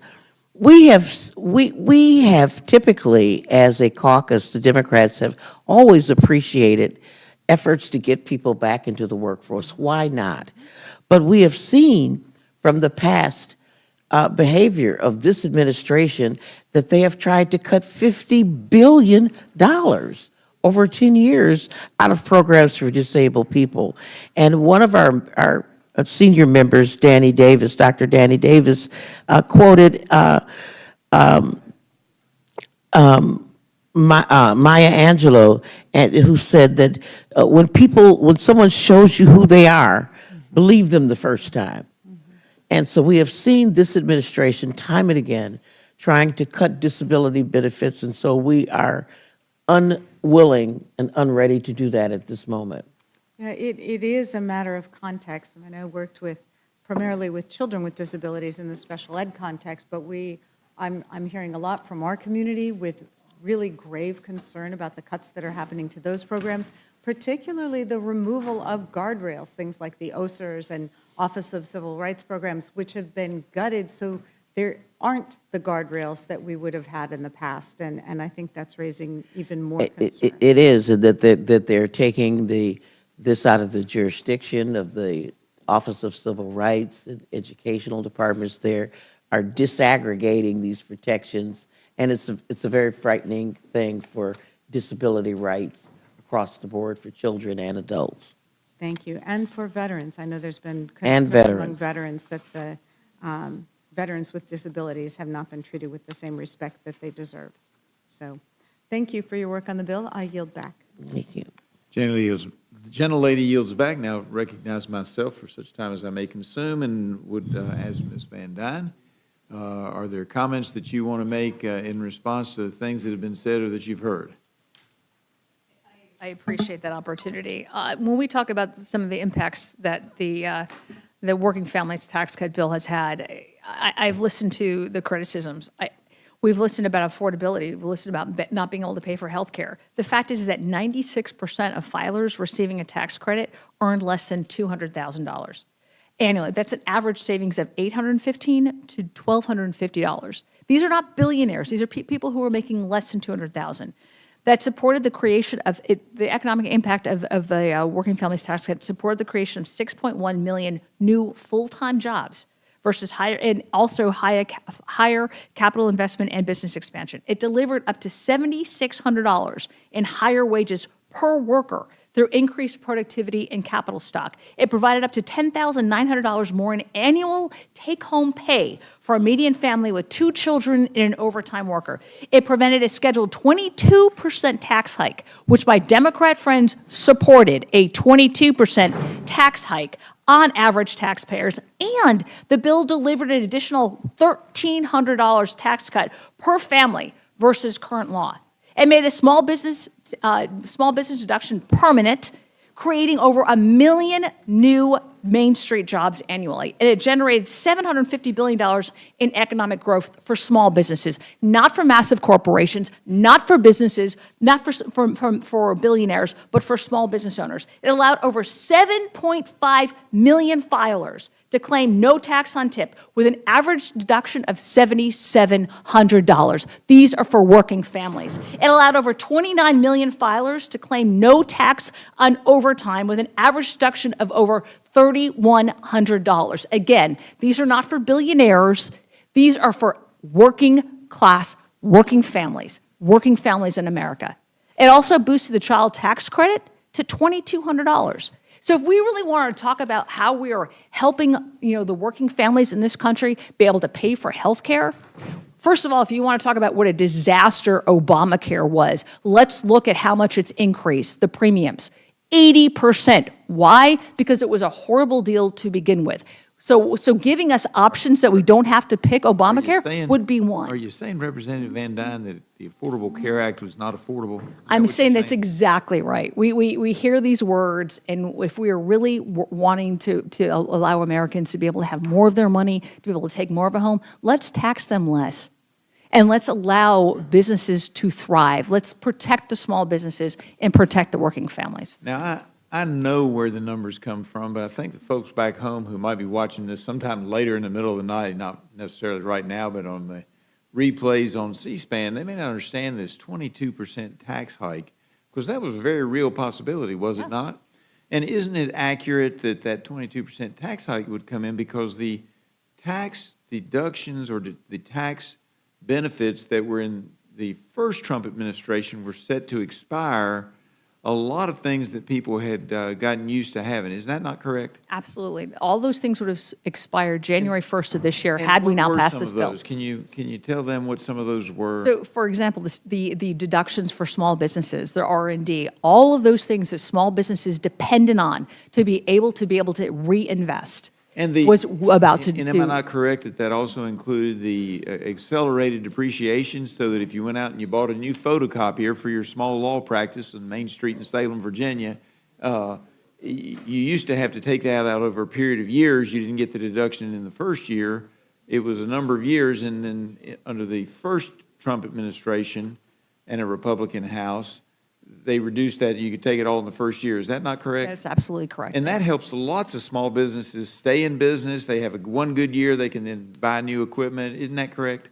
Not only were we able to make these tax cuts so that we didn't have them expire at the end of the next year, but they were also made permanent. So because the 2017 Tax Cuts and Jobs Act was expected to only last, a certain number of years, it's estimated that about $800 billion of potential investment wasn't actually made because of that expiration. With the permanency, expect all of that plus more, plus the foreign investment in our country that we're seeing. And if we didn't pass the reconciliation bill, then that would have meant a tax increase for all those Main Street businesses, whether it be Salem, Virginia, or Texas, or Georgia, or South Carolina, or Massachusetts. In addition to being on the Ways and Means Committee, I'm also on small business. And we had small business after small business come and testify that if those tax relief were allowed to expire, they would have to shut down their business. Would have hurt a lot of Main Street businesses across the country. Anything else you want to add? No, you've been great. All right, well, I appreciate it, and I now yield back and recognize the gentlelady, Ms. Ledger Fernandez from New Mexico. Thank you so very much. Representative Van Dyne, you lauded the fact that the one big beautiful bill, and you referred to it that. I mean, I think it is hilarious that you have to change the name of your bill because it's so unpopular, but let's not spend too much time on that. We changed the Affordable Care Act to Unaffordable Care Act several times. Yeah, you had to change. So I understand. Yeah, you changed the name of the bill because it's so unpopular. It was 2-1. 2-1. People opposed this bill, right? When you were enacting it, and now they still don't like it. You said there was this great thing that you had a $2,500 child tax credit. What was the Democrats, when Democrats were in control, what was the child tax credit back then? Don't know. You don't know? It was $3,600 a month, refundable, paid out. So what the Republicans did was enact a child tax credit, which was worse than the Democrats. So I wouldn't brag about that one too much. Now, do you know what Amazon's, Ms. Van Dyne, do you know what Amazon's, how their taxes went up or down after your one big beautiful bill? We're looking at small businesses. I'm sorry, you're asking me about One big Amazon's beautiful bill? tax? I don't work for Amazon, I'm sorry. Okay, well, you were just saying. And I'm not a tax attorney for Amazon, so I don't have their books in front of me. Well, it's general knowledge that this big, beautiful bill benefited the wealthiest corporations. We can also prove that it benefited small businesses over across the country. Amazon's tax bill went down by $9 billion. By $9 billion. So the wealthiest corporations in America, their tax bill went down because of your one big, beautiful bill. Now, I want to go back to And yet this they're issue paying of more in taxes now than they ever have before. I didn't ask you a question. I'm going to go back to the question of whether, the middle income, the working families, the tax cuts could have been extended. Now, Representative Moore, were there amendments proposed in Ways and Means that would have extended those tax cuts, but not given all of this giveaway to the biggest corporations? Now, were there those amendments made in Ways and Means? Absolutely. There were amendments to try to extend the Affordable Care Act. There were amendments to try to make the child tax credit refundable, to try to extend some of the expiring tax cuts that would benefit lower income people. We've heard Representative Van Dyne wax on about the efforts and help that we gave small businesses through the 199A. But as you've pointed out, that benefit was not to people who were buying a printer for their office, but they were getting millions of dollars in tax benefits through this giant loophole. We had amendment after amendment that would have focused on providing tax breaks for lower income families. I think Ms. Van Dyne is sort of conflating the tax benefits that went to lower income people. As I've indicated before, you make $50,000 a year, your tax break was $247 a month. Right, and Americans have had to spend $3,100 more on everyday items, thank you. On health care, we have people now in the Medicaid program. I know of one constituent who makes 125, Social Security benefit is $125 a month over the poverty level. And so they're going to have to pay $1,500 a year to qualify for Medicaid. And so this is where we have placed people. They are the $1.2 trillion cut in Medicaid, the 187 the billions of dollars in cuts in SNAP. All of these things have not been compensatory for the $247 tax break that they may have gotten through the one big beautiful bill. Now, what's amazing is that usually, you show up in your community, you have town halls. I take it, Representative Moore, you have in-person town halls? Absolutely. Right, and where, Representative Van Doren, do you have in-person town halls? What we found is we actually have thousands of people who come to our town halls online. But you- So you people have who have children, people who have aged parents, people who don't want to actually have to get out, we reach them Yeah, more. I have marvelous in-person as well as online town halls. Do you have in-person town halls? We have online town halls. You have And we have online. found that is actually, wonderful. that is much more responsive to the needs of our constituents. so- I can't speak to the needs of your constituents. What happens when you have in-person town halls and anybody can come and anybody can ask questions is you hear from people. It's unfiltered. You don't. We have filter people who ask questions at our town halls all the time that everyone can hear. What is interesting is that, Republicans don't seem to want to have in-person town halls. And I think they don't have in-person town halls because when they do, people show up and express their opinion about their bills and their policies and these tax cuts and whether the economy is doing well. And it is not for working families, for farmers. We have an increase in bankruptcies, a 45% increase in bankruptcies. 45% increase in bankruptcies. I think that's the correct number, right? So people are suffering. And it takes showing up and listening to people to know where they're feeling. But instead of doing that, what we have is we have resolutions. The second resolution, this is the second resolution that Republicans are bringing to pat themselves on the back. Representative Moore, is there anything else you want to add to this? Oh, we didn't really get to talk about the disabilities, but one of the issues that concerns me is that we have a president who's made fun. He's mocked people with disabilities.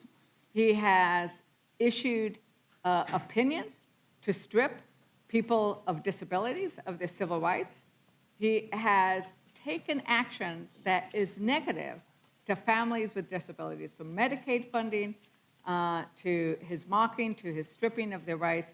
And that's why something like this reauthorization is so concerning. But I wanted to just give you the last word, Representative. Yeah, I thank you so much for that, Representative. And one of the things I'm concerned about is not just that people might lose their disability benefits, but they'd lose access to health care as well.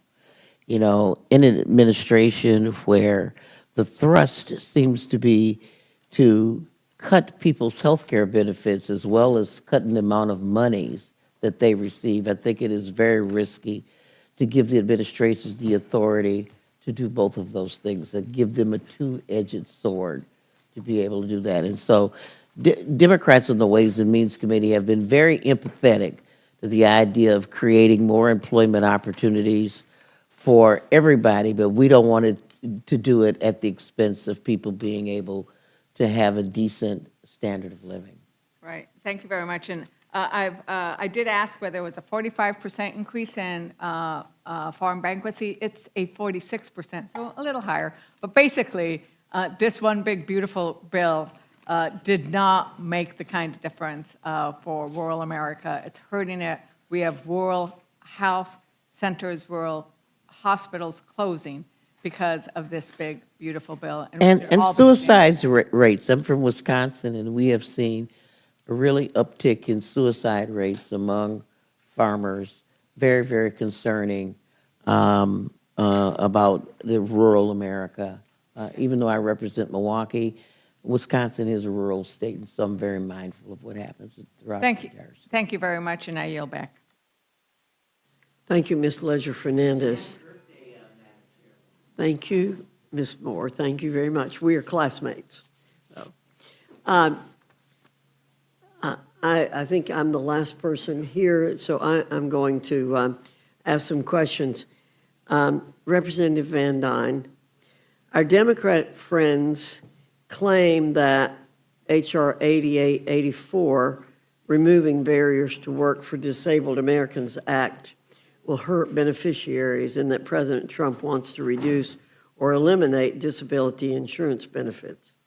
Does this bill actually prevent income from being reduced or eliminated for those beneficiaries who choose to participate in a demonstration program? It absolutely does. The bill explicitly states that the Social Security Administration may not conduct a demonstration project that would reduce a participant's total income. This is a new beneficiary protection that was not included in any previous authorization of the SSA's Disability Insurance Demonstration Authority, and further participation in a demonstration is completely voluntary, requiring the commission to obtain an individual's informed written consent, which a participant may then revoke at any time. Thank you very much. I have one more question. Well, maybe a question with several parts. So, Representative Van Dyne, on H.Res. 1383, your bill on commemorating the one-year anniversary of the enactment of the Working Families Tax Cuts Act, our Democrat friends like to characterize these tax cuts as, quote, giving tax relief to the richest Americans at the expense of hardworking Americans, end quote. Is it true that families of four making under $73,000 will generally face zero federal income tax liability due to the Working Families Tax Cut? Yes. A family of four making $73,000 owes Uncle Sam $0 in federal income tax. And that's thanks to a bigger standard deduction and a child tax credit increase to $2,200 per child. And without the Working Families Tax Cuts Act, the same family would have seen their taxes go up, would have seen their standard deduction cut, and their child tax credit halved. Republicans made sure that that didn't happen, that families keep making more of their hard-earned dollars. Thank you very much. To me, that is a huge statement for the American people to understand.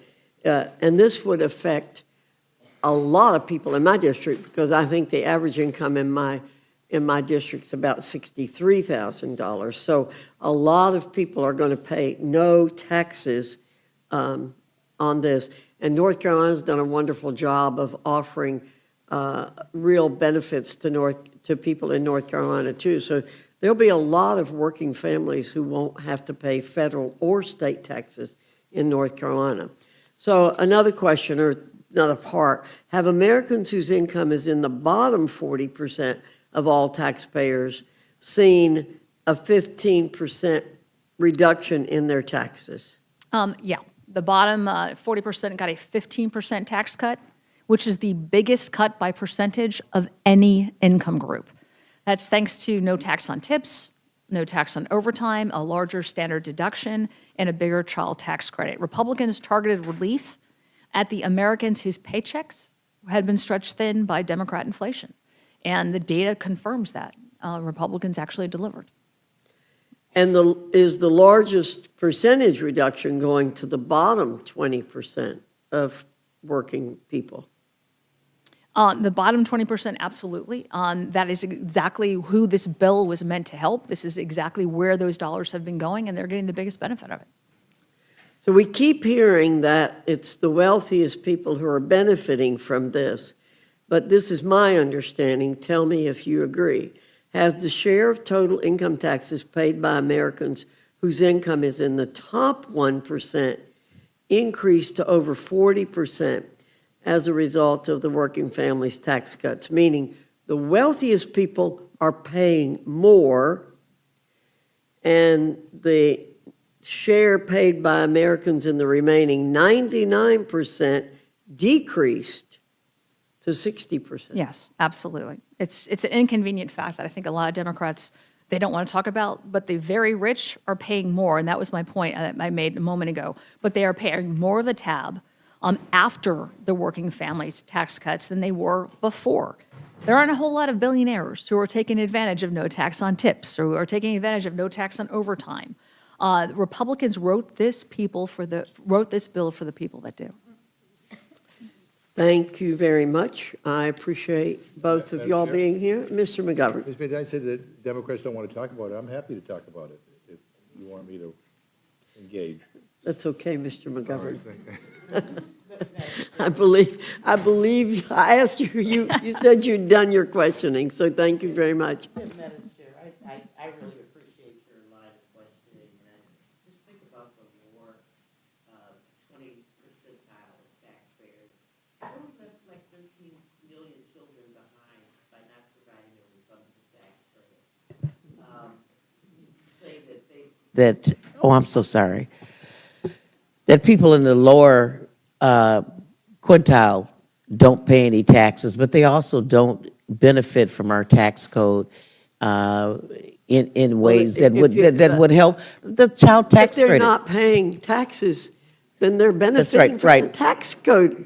They're benefiting from the tax code. They're not paying taxes, but they're also not benefiting from the refundable tax credit that they had been, that really took 50% of children out of poverty. What you're talking about is they're not getting welfare in addition to they're not paying taxes.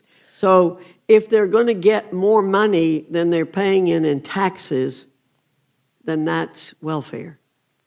Well, it's not well, and it's not fair. They're getting money from other people who are working hard. I just wanted to be clear that when we start talking about how well off the lower 20% are, that you are making a distinction, because those people are really poor. They don't pay taxes, and they also do not get many of the benefits. Ms. Moore, Yes. you're talking to probably the person who grew up the poorest of any person in this Congress. You need to know that. You need to know that there's probably no other person in this Congress who grew up as poor as I did. And so don't talk to me about poverty, because I know it better than anybody Well, here. ma'am, I will not talk to you about poverty. I just wanted to set the record straight that while we're talking about how well families are off, that there are children who are hungry, that don't What have I'm health saying care. is they're better off as than a result. before this bill passed. No, they're Thank- not. Thank you all very much. And let's talk about the We welfare going to appreciate big your coming. corporations. You're dismissed. Thank you.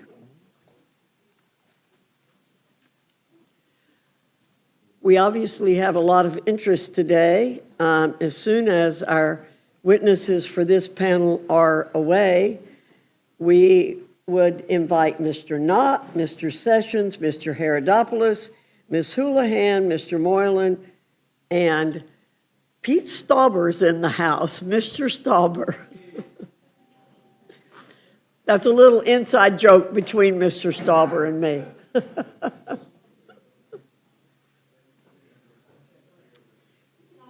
We're taking people in the order in which they came in. So, okay, Knott, Sessions, if you guys can take a seat. Knott, Sessions, Herodopoulos, Houlihan, Moylan, and Stauber. Yeah, maybe move down a little bit to let people squeeze in there. Either place. Yeah. Yes, sir.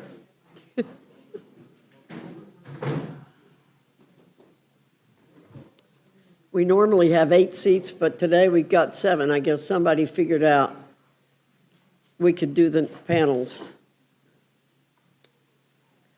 Okay, I'm going to call on you in the order in which I called your name. Knott, Sessions, Herodopoulos, Houlihan, Moylan, and Stauber.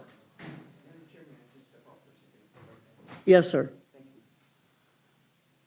Thank you, Madam Chair. My colleague from North Carolina, Mr. Knott. Before we get started, I'd be remiss if I did not wish you a very happy birthday on the record. Thank you very much. I hope it's been a good day for you, and we're thrilled to be here. It'll be better. Mr. Ranking Member, good to see you. And today it's my privilege to speak about 2 of my amendments to the National Defense Authorization Act for this year. Immigration security, as you all know, is pivotal for national security. Without secure borders, we do not have any hope or possibility for a secure nation. Both of the amendments I'm offering have previously passed the House with strong bipartisan support. The First Amendment deals with the national security threat that is unique to the criminal group Tren de Aragua.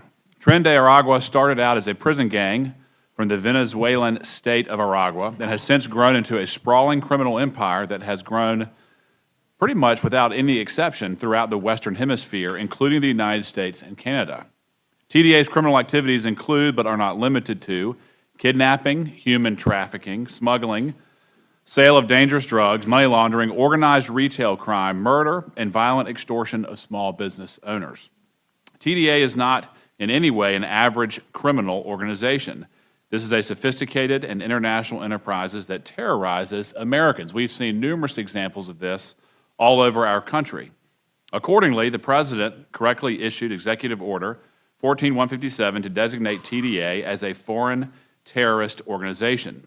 My amendment builds on the President's actions by requiring the Department of Homeland Security and the Intelligence Community to collaborate on a detailed border threat assessment regarding threats posed by TDA members.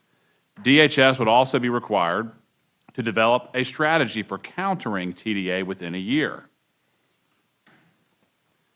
The second amendment I have today deals with another pressing issue, and one that I am very well familiar with based off of my experience prior to Congress.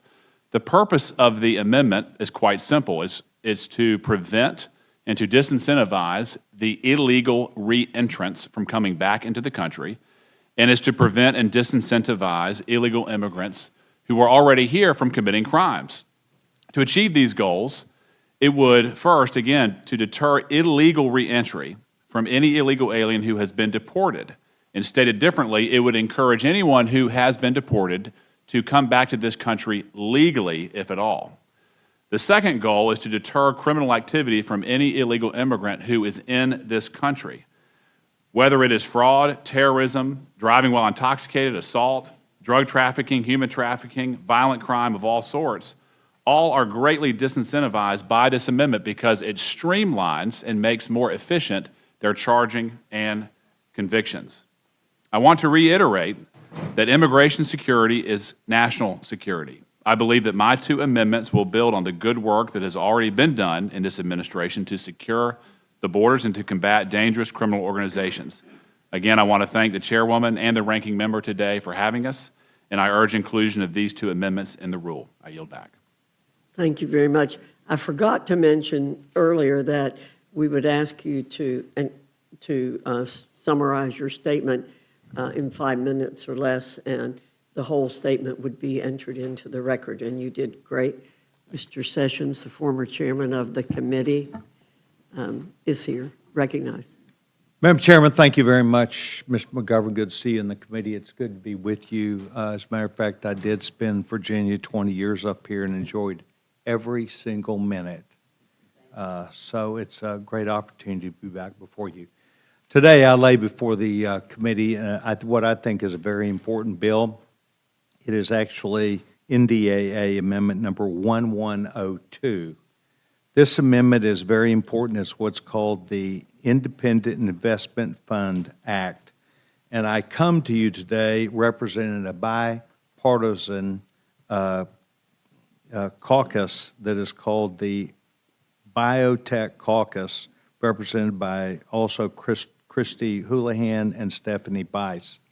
The interest of this bipartisan caucus is to have America be better positioned in biotech against the leaders around the world that oppose the United States, not only in marketplaces, but in the reliability of their products and what they do. We could specifically say China, and so I could say China and mean that because I do. But what's happened is several years ago, the United States Senate formed what is called the National Security Commission on Emerging Technology. And this was the Congress's attempt to begin looking at how important biotech companies are, medicine, the development of IPOs, the development of AI drugs, the development of a whole lot of things that would keep the United States of America and our friends and allies in the lead against others who perhaps would use this biotech area against the best interest of not only consumers, but perhaps the United States and our friends. I bring this to you today. We dropped the bill a full year ago, but feel like that today that this independent fund that could be easily added into NDAA would fit very reasonably because the United States of America finds itself on the backside of being able to adapt itself and adjust, including the government, as they learn things about biotech, as they learn things about maybe things that they see in the marketplace. We've been aware of this. The CIA has been through this for a long time, that they needed to know more about the things that they encounter. So this is, very simply put, an opportunity for DOD, which is in this Department of War bill, to be able to deal with the Treasury Department and other agencies, have a fund that would be available to immediately begin the investigation and the bringing together of ideas to support national security issues as they develop. And this is done through this commission, and it would be done with cross-government, and I believe that it would be the right thing to do. And so I come to the Rules Committee today to ask for your gracious consideration. Thank you, Mr. Sessions. Mr. Herodopoulos. Madam You're Chair, recognized. Ranking Member, and members of the committee, thank you for the opportunity to testify and ask for the committee's support on my bipartisan amendment to the NDAA. The amendment authorizes NASA to conduct a pilot program to 2031, allowing the agency to accept private contributions for infrastructure improvements at NASA's 10 centers. This is a common sense proposal, in my opinion, that gives NASA an additional tool to address critical infrastructure needs without costing the taxpayers additional dollars. Rather than appropriating new federal dollars, this authority simply allows private companies to invest their own resources in projects that directly support NASA operations. While this authority would apply across all the 10 centers, it is especially clear in Florida's Kennedy Space Center. As launch activity continues to accelerate, many of the nation's national security missions rely on Kennedy's infrastructure. Heavy launch vehicles routinely damage the roadways used to transport rockets and critical equipment throughout the center, thus delaying the flights and increasing costs. The companies using these facilities have requested this authority because they're willing to pay for the infrastructure improvements. They understand that repairing damaged roadways quickly means getting the national security mission on track. This bipartisan amendment, Congressman Whitesides and I are working on this together, has the support of NASA leadership, NASA Administrator Jared Isaacman, and provides the fiscal responsibility necessary to meet this growing challenge. I have also been working with Senator Moody on this amendment, and it has the support of the commercial industry, the Senate Commerce Committee, and the House Science Committee as well. It will strengthen the infrastructure that supports American civil and national security and space missions while preserving taxpayer needs. As our global competitors continue investing heavily in space capabilities, America cannot afford unnecessary delays, especially as we look to win the race to the moon. This amendment helps ensure NASA facilities remain ready to support the defense of our nation and America's continued leadership in space. I respectfully request the committee to make this amendment in order, and thank you very much for your consideration. And I yield back. Thank you, Mr. Herodopoulos. Ms. Hulan, you're recognized.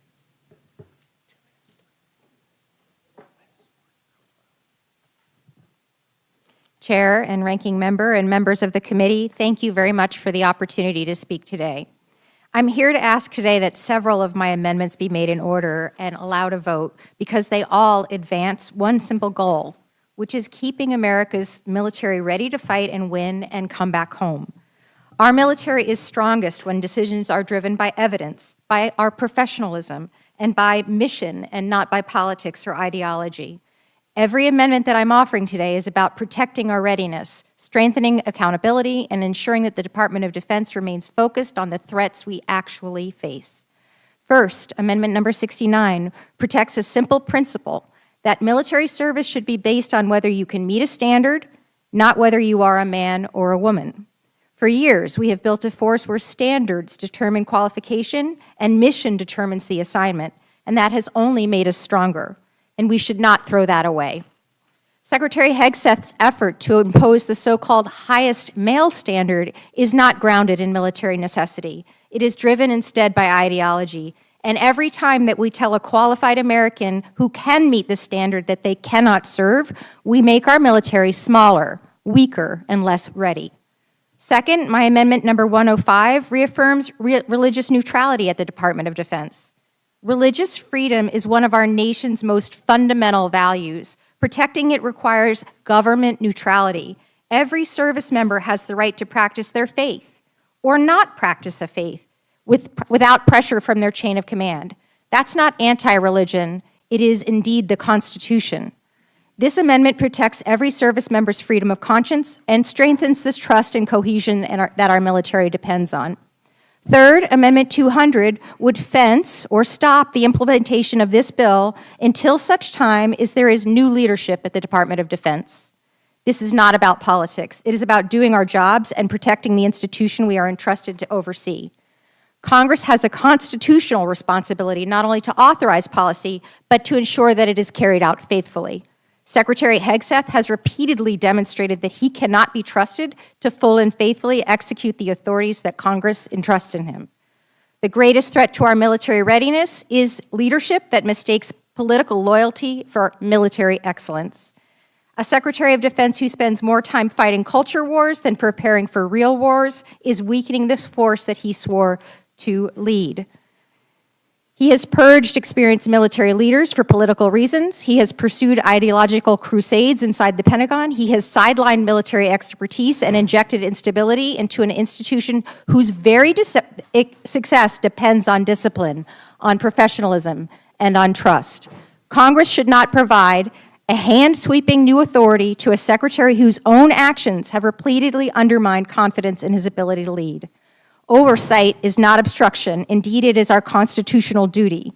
If the committee is not willing to adopt a full implementation fence, I urge you at a minimum to require meaningful guardrails or certification before these provisions are taken effect. Fourth, Amendment 1193 restores the annual influenza vaccine while preserving medical waivers. Readiness starts and ends with healthy troops. We have already seen the consequences of abandoning longstanding military health policy.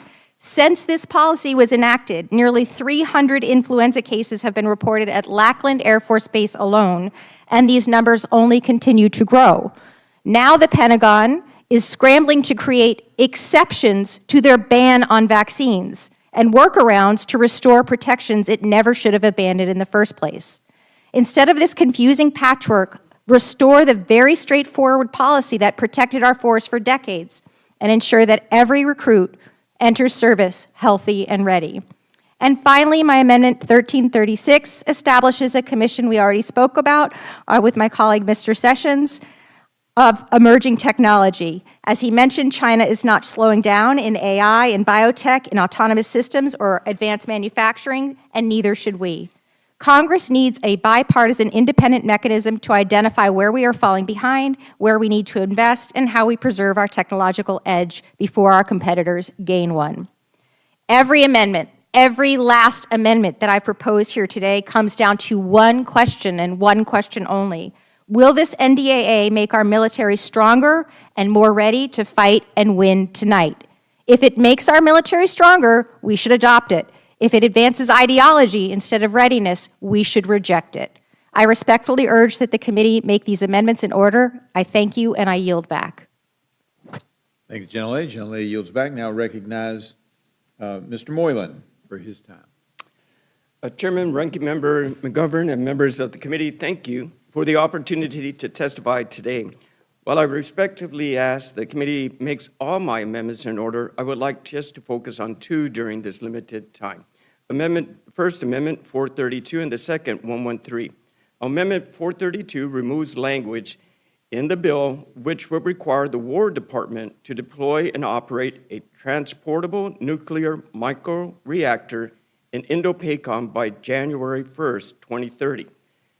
This is a policy the Pacific Islands community has nearly unanimously opposed. And my amendment is co-sponsored by members of Hawaii, the Northern Mariana Islands, and American Samoa. Pacific communities agree we should not assume the risk of testing new technologies before the rest of the country is willing to assume similar risks. Our voices cannot be an afterthought. They need to be included throughout the process. Speaking as Guam's representative, the Guam Power Authority, GPA, must be consulted prior to the new energy policies.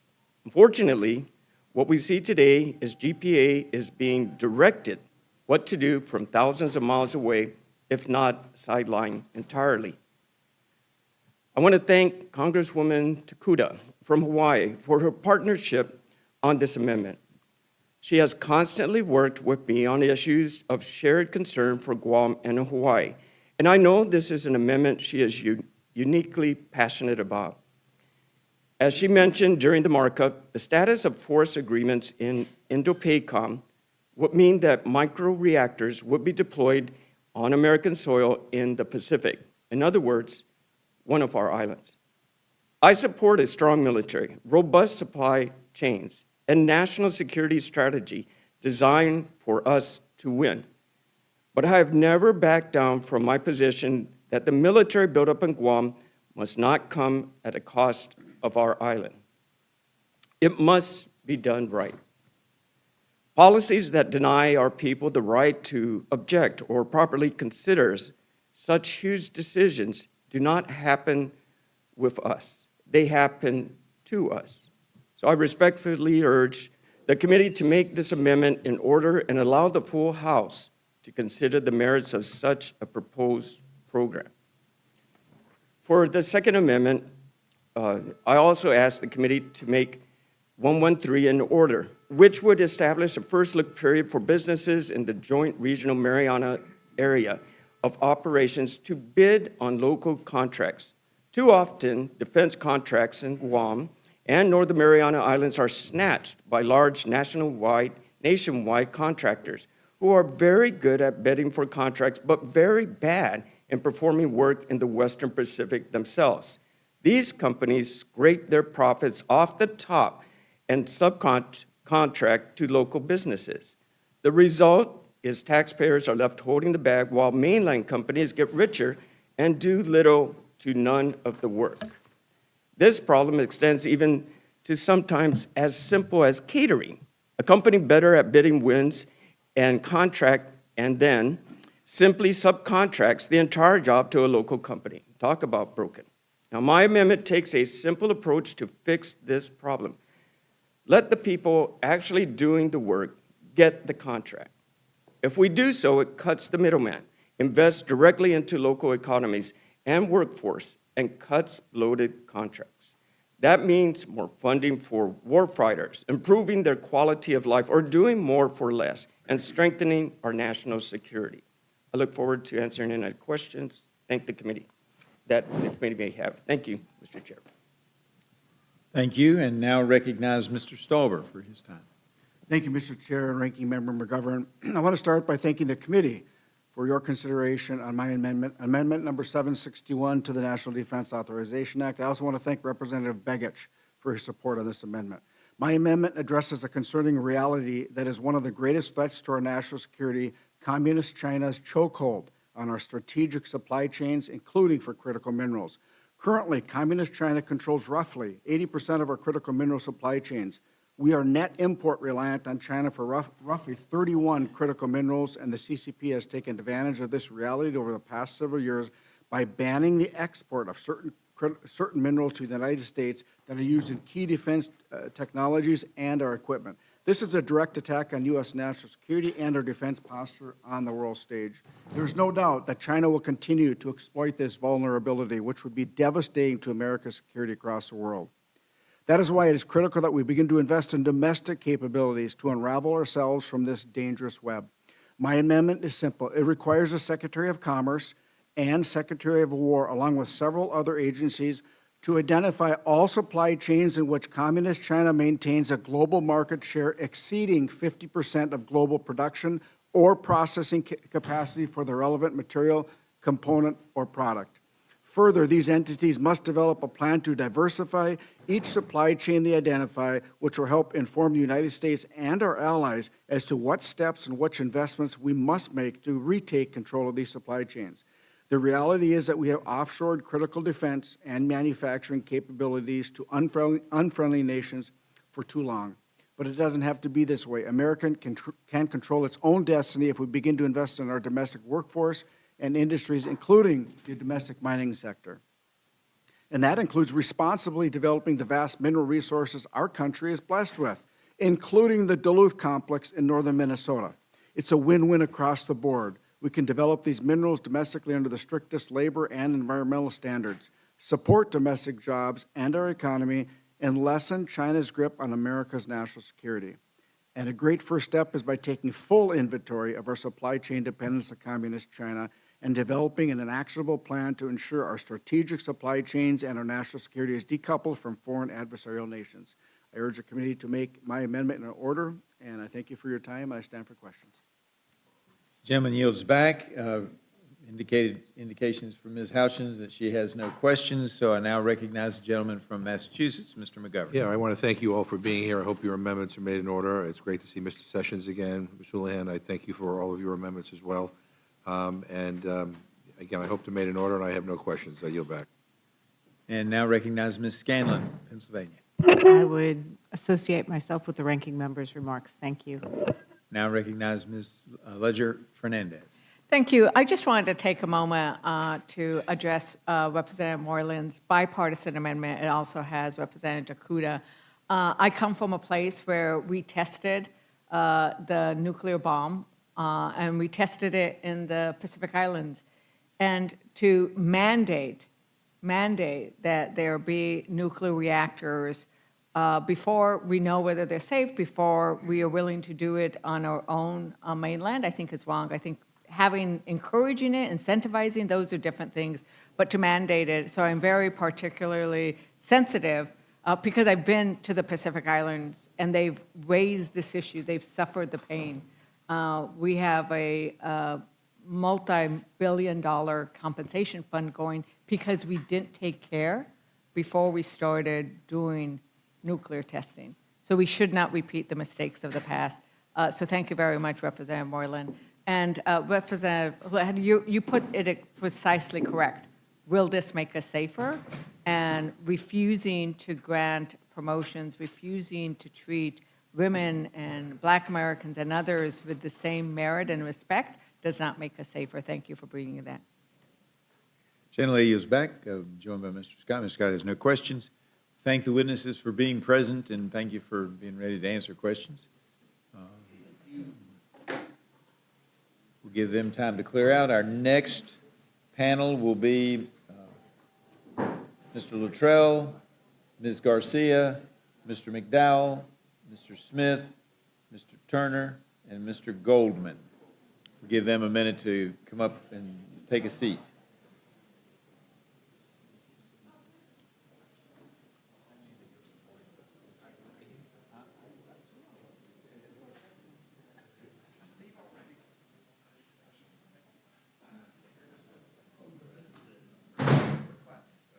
Luttrell, Garcia, McDowell, Smith, Turner, Goldman.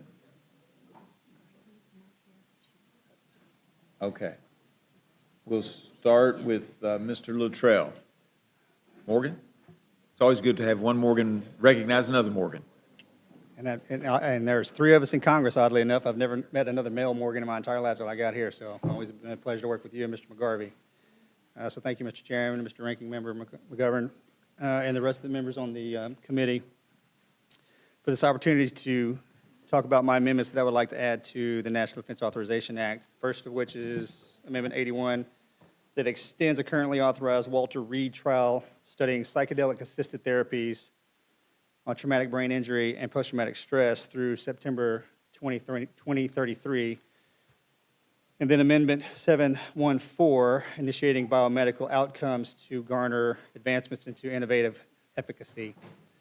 And a better part of 15 years, I would say, thousands and thousands of our veterans have been traveling outside of our country for psychedelic-assisted therapies for a myriad of issues, whether it's post-traumatic stress disorder, traumatic brain injury, cognitive motion instabilities, or addiction, whether that's alcohol or drug-related.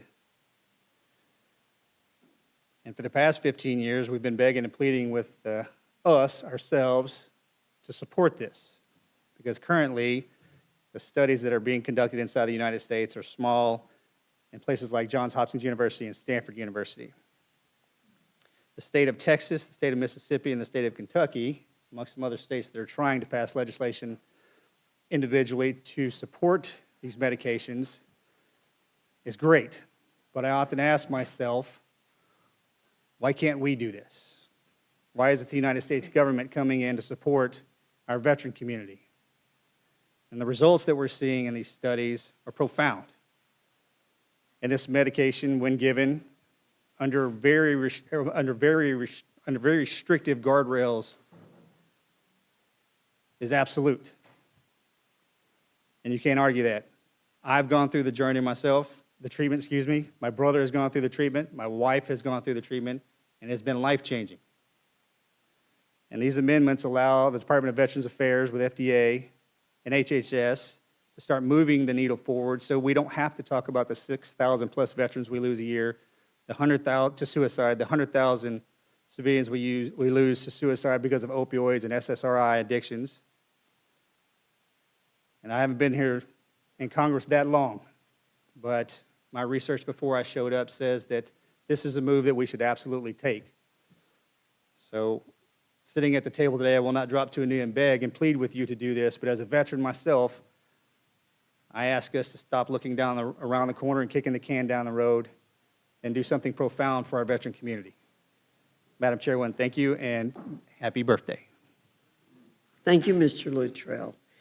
I'm sorry, you're not going to be staying in Congress. You know that. I feel that way. Thank you, yes, ma'am. And I don't know if I should say how happy I am that I'm leaving, but I appreciate that. Ms. Goodlander, would you like to join us since Ms. Garcia had left and her name was called?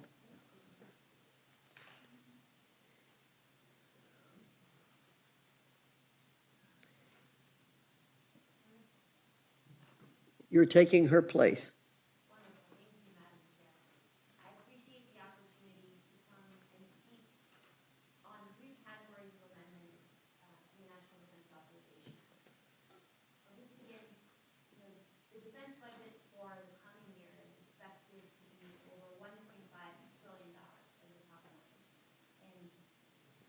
Thank you so much.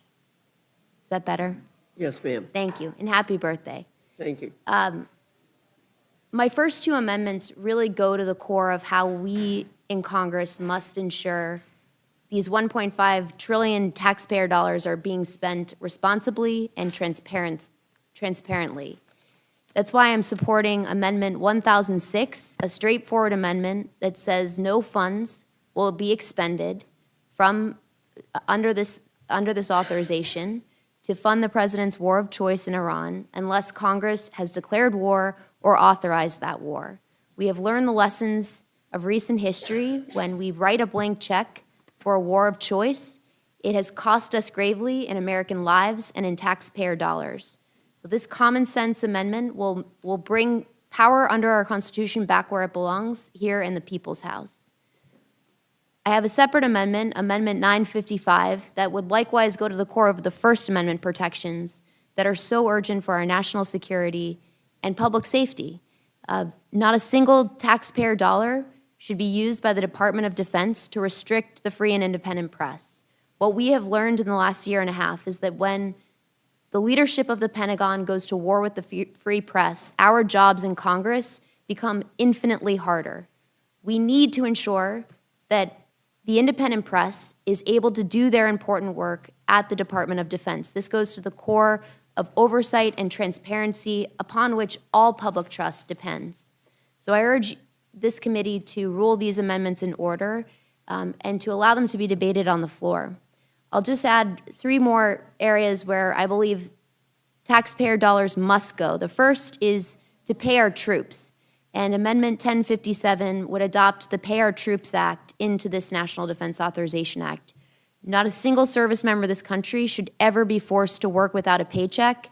And that is what our bill would correct this wrong and ensure that moving forward, our service members are not at the whims of congressional debates, that when they raise their right hand to serve this country, they will be paid for their service. In the middle of an affordability crisis, our men and women in uniform should never be asked to work without a paycheck, and our bipartisan amendment would right this wrong.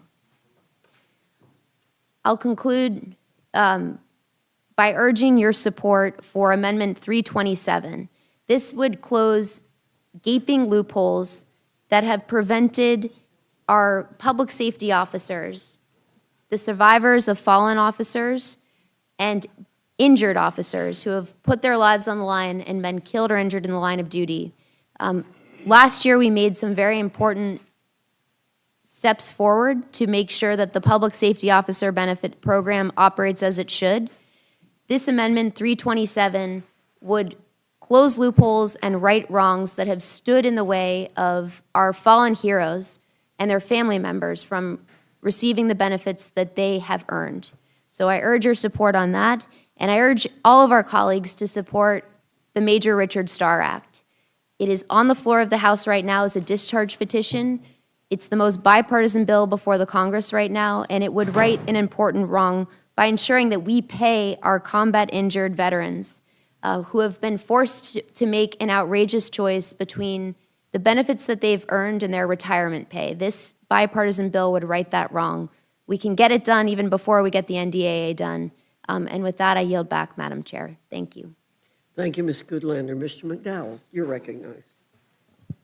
Thank you, Madam Chair, and happy birthday to you. I have 7 amendments that are under consideration to the NDAA, and want to thank the committee for their consideration for each of them. But given the limited time, I'd like to briefly discuss two of my amendments.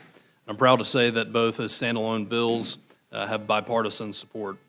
Amendment 758 would add the text of my bill, the Preventing Rogue Equipment for Synthetic Substances Act, or the PRESS Act, to the NDAA. I'm especially proud to have worked closely with the DEA to craft the PRESS Act, which will address an issue that is deeply personal to me. I lost my younger brother, Luke, to the fentanyl crisis, and I vowed to do everything that I could to help end this epidemic in our communities. And the PRESS Act targets one of the key tools that foreign drug traffickers rely on to manufacture counterfeit pills, pill press and tableting machines. By stopping the importation of illegal pill press machines, we can disrupt the production of fentanyl-laced narcotics before they ever reach our streets. We must strengthen federal law to target the equipment the cartels use to mass produce these deadly counterfeit drugs. This is a national security issue. Many of these machines are smuggled across our border by our global adversaries. It is like a slow drip nuclear weapon that is taking out men and women that are 18 to 45, our military age men and women at an incredible clip. Fighting this poison, it goes beyond party lines, and we must ensure law enforcement has the tools that they need to stop illicit drug manufacturing and save our lives. The other amendment I'd like to highlight is Amendment 745, adding the text of my bill, the Foreign Robocall Elimination Act, to address the flood of foreign scam calls that so many in my district receive. By providing the resources needed to strengthen interagency coordination and build on the TRACE Act, we can better combat illegal robocalls originating overseas. These bad actors target millions of Americans every month, attempting to steal sensitive personal information such as Social Security numbers and banking information through sophisticated scams. I think we can all agree that we don't need foreign robocalls in our lives. With that, Madam Chairman, I thank the committee for their consideration of these amendments, and I yield back. Thank you very much. Mr. Smith, you're recognized. Thank you, Madam Chair, and I'll be very brief. I too have 7 amendments. I'll just highlight 3 very quickly. The first is the Stopped Forced Organ Harvesting Act. One of the atrocities that's occurring in this world today, especially in China, is that young people are having their inner organs stolen by the government. In the case of China, it's 60,000 to 100,000 organs per year, mostly from the Falun Gong and the Uyghurs. But the military is absolutely involved in this in China. There's an estimation that 43 military hospitals are engaged in these illegal transplants. They strap a guy down or a woman equally divided between male and female. They take out at least 2 organs per victim. And if you're in the military and you need an organ, you'll get it from one of the people that is now the subject of a genocide, like the Uyghurs. It's outrageous. The Taliban are involved in all of this and other places around the world. There's definitely a military connection. It passed 406 to 1 last year, and the year before that, it passed with a similar margin. And as Mr. Scott said earlier today, so much of what we do goes over to the Senate and just dies and languishes. This has an opportunity to save a lot of lives. I'll go into detail if you'd like.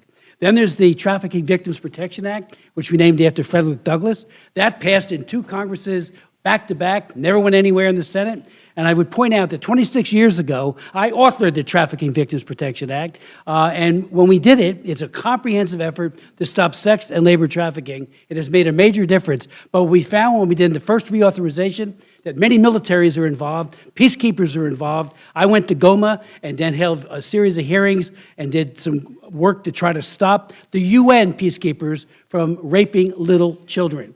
So there's definitely a connection for this bill. Finally, the third one is the stop support for UNRWA, the UN Relief Works Agency. In the last Congress, I chaired 4 hearings on UNRWA and anti-Semitism. Bottom line, they have aided and abetted Hamas like no one else, and many have died. People say, well, what are you going to do for those who are suffering in Gaza? Well, the administration has made sure that the World Food Program, for example, got an obligation of $250 million, and there's other obligations as well. We need to get it to a non-anti-Semitic organization. And again, UNRWA has aided and abetted all of this these crimes for years. 70 individuals were just fired by UNRWA. That's a tip of the iceberg. I hope that you'll make that one in order as well. Thank you. Thank you, Mr. Smith. Mr. Turner, I said I would distribute these notebooks. I would have distributed them.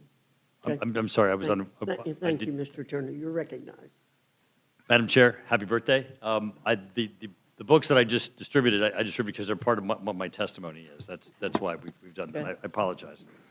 And to the, who's ever serving as ranking member, members of the Rules Committee, I'm here to testify in support of the amendment number 730 to the fiscal year 2027 National Defense Authorization Act that would restore the pension benefits of the Delphi salary retirees. And I respectfully ask this committee to allow it to be attached to the NDAA. This amendment has the support of the President, the Speaker, and the Chairman of the House Armed Services Committee. In 2009, as part of the taxpayer-funded GM bankruptcy, more than 20,000 Delphi salary retirees and employees had their earned health and pension benefits terminated. For many, their pensions were cut dramatically, in some cases by as much as 70%. There is no precedent for what happened. The government terminated their pensions as part of a TARP, government-funded, government-led GM bankruptcy and bailout.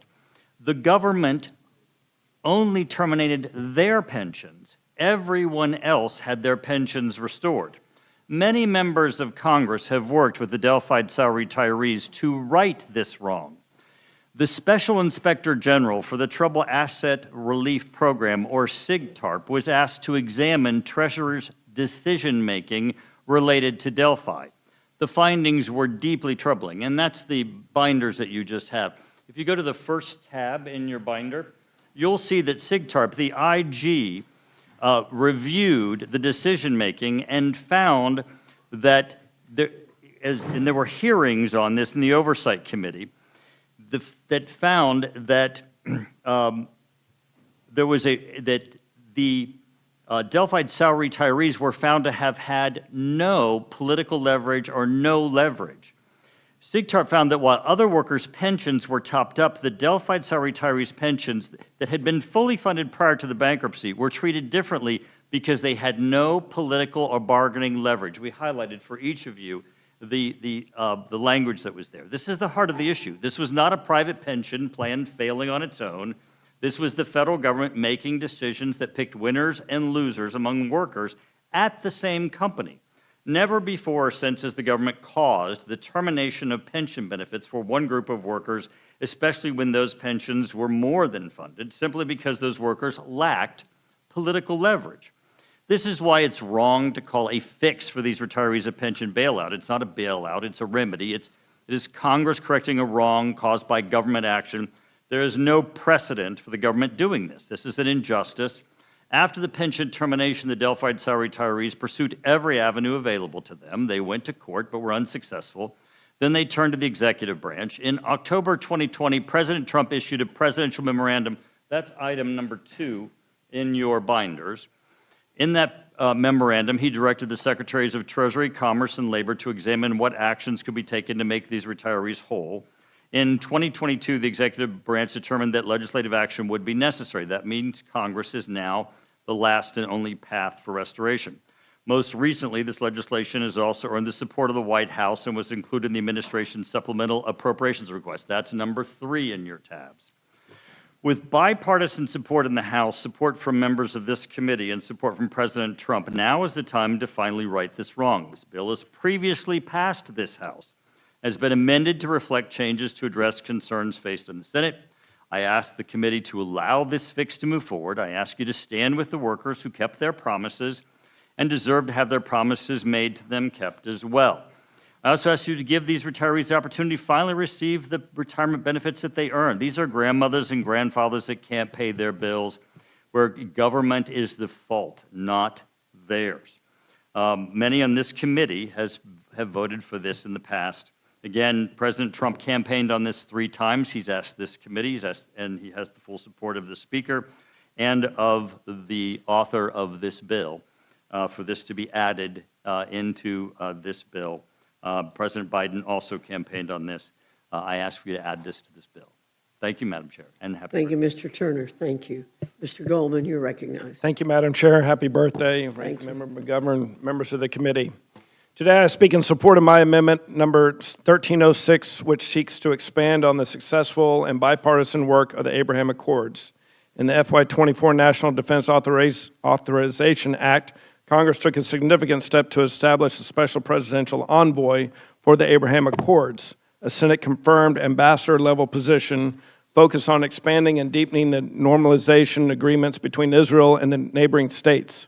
My straightforward amendment updates the special envoy's mandate to include Central Asia and the South Caucasus states, including Kazakhstan, Armenia, Georgia, and Azerbaijan. My amendment doesn't require any new funding. It explicitly requires the envoy to use existing programs and authorizes already on the books.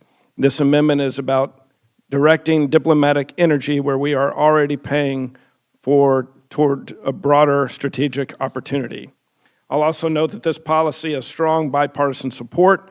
My underlying bill, H.R. 9147, the Abraham Accords Expansion Act, is supported by every co-chair of the bipartisan House Abraham Accords Caucus, including Representative Wagner, Schneider, and Wasserman Schultz. The Abraham Accords are critical to promoting greater peace in the Middle East. This amendment gives us the tools to extend that vision further, building directly on a foundation Congress itself created. I urge my colleagues to support the amendment. I yield back. Thank you, Madam Chair. Thank you, Mr. Goldman. Does any Republican wish to ask any member of the panel any question? Ms. Houchin, you're recognized. Thank you, Madam Chair. Congressman Luttrell, I wanted to commend you for your amendments and ask you a couple of questions about the potential for the therapies to help us transition away from some of the more costly and long-term medications that we're currently using for drug addiction in America, most notably methadone treatment, and how psychedelics, in your experience, might be able to be a shorter-term but shorter-term solution, but a longer-term fix for this issue is question one. And then you mentioned the states are starting to engage in trying to advance psychedelic brain therapies, but that it is important that there are very restrictive guardrails around this use of therapy. And so second question is, wouldn't it make more sense from a federal standpoint, from a safety perspective for the patients who are engaging in the therapies, for the federal government to play a role in setting these guardrails and setting a framework to make this accessible versus having 50 different ways to do it in the states? There's always, yes, ma'am, thank you for the question, Ms. Houchin. There's always 50 different problems and 50 different solutions. I think the federal government and the states themselves need to run in parallel with this. I think educated conversations from our brilliant scientists, neuroscientists, clinicians from the state and the federal level can set those guardrails. The countries outside the continental United States have been doing this for a while, and I think conversations with them here and Texas was very open about those conversations, and I think that they're in a really good place. I hate to say that, can we get there? I hope so. You know, this place is this place, and the states are the states. As far as results when it comes to highly addictive drugs, I'll speak specifically on heroin.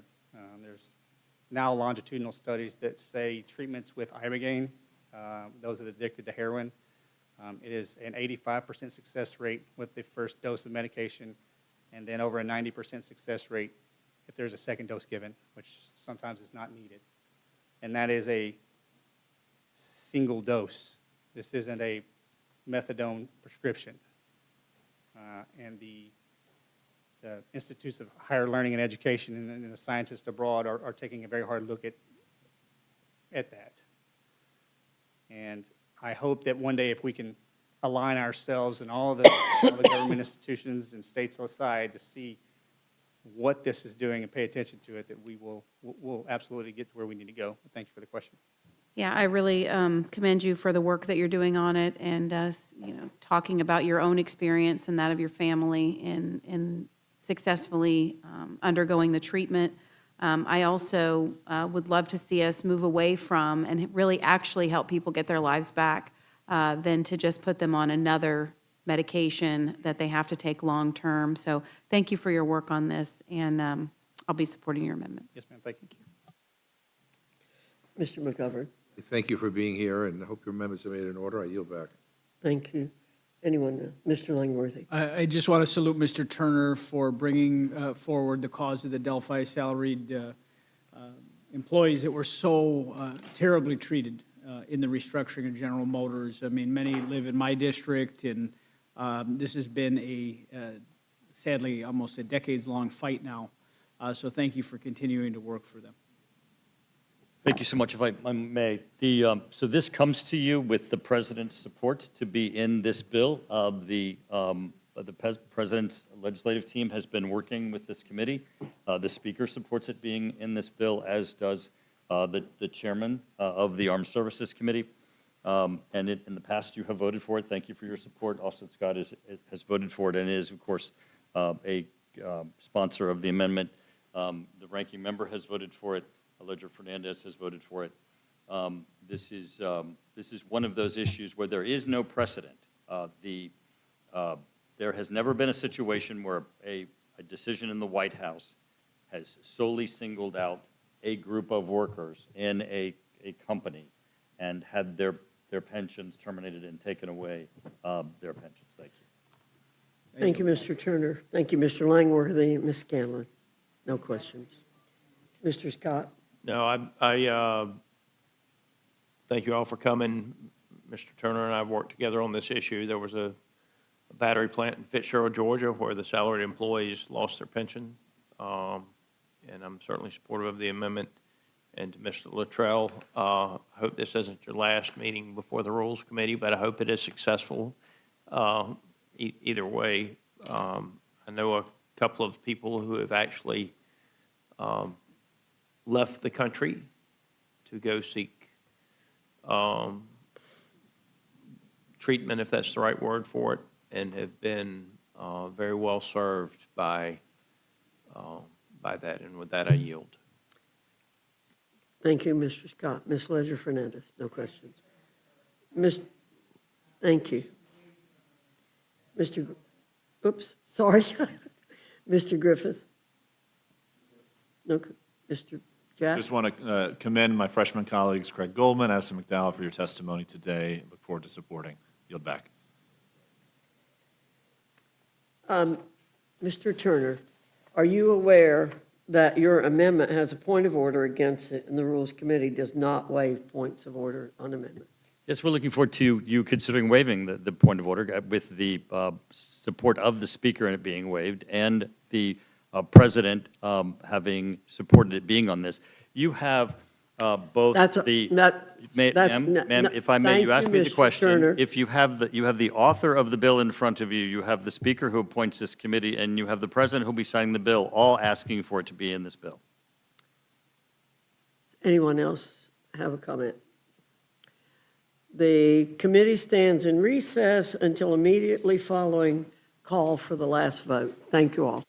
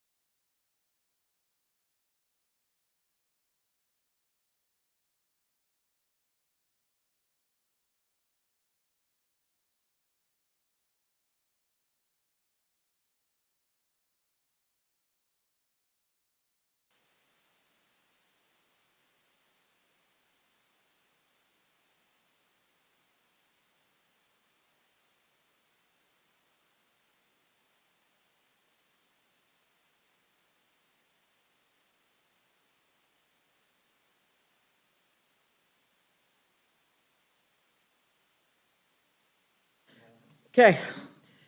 The committee will reconvene. Thank you all very much for being so patient. So, Mr. Whitesides, Mr. Carter, Mr. Underwood, Mr. Burleson, and Mr. Mast. And Mr. Mast told me, unfortunately, he could not come back because he's on the floor.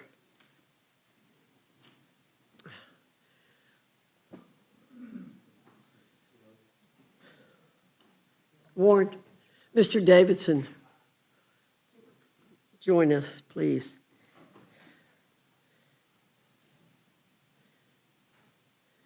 So I think you all know the drill. Your full statements will be put into the record, but we ask you to keep your verbal comments to 5 minutes. I will call you out in order that I called your name before. And the committee looks forward to your comments. Mr. Whitesides. Thank you, Madam Chair, and happy birthday.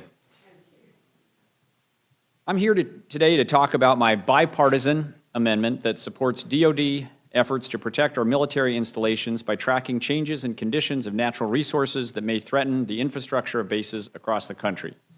We saw this at the Marine Corps Base Camp Pendleton in Southern California when 3 wildfires burned over 15% of the base, posed a risk to service members, and disrupted Marines' ability to operate and train.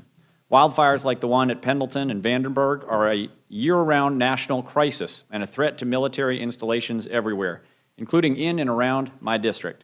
If we can use existing technology to collect better data and identify trends, we can protect more installations from natural disasters like wildfires. My amendment does not propose a new program. The department is already doing this work through its Natural Resources Program. That program is actively working to preserve military readiness by improving ecological conditions, and I applaud these efforts.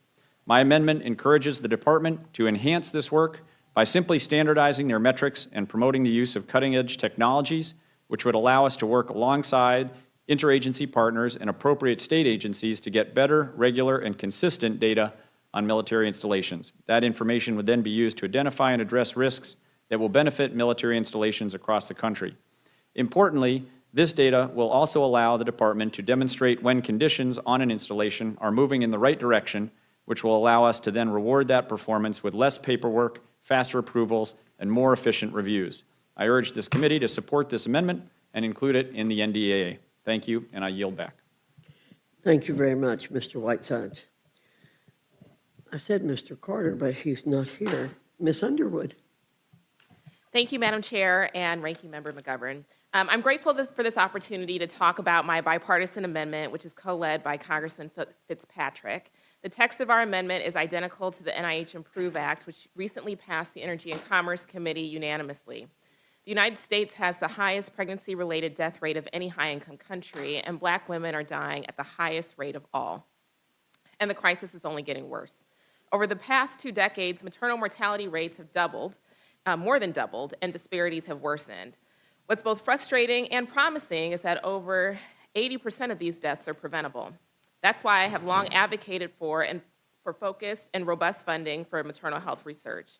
This has led to the creation of the Implementing a Maternal Health and Pregnancy Outcomes Vision for Everyone, or IMPROVE initiative at NIH. Since 2019, Congress has increased funding for IMPROVE 9-fold. IMPROVE has so far invested more than $200 million in life-saving research that will help end our nation's maternal health crisis. Right now, this critical research program lacks a sustained funding source, which threatens its mission to save lives.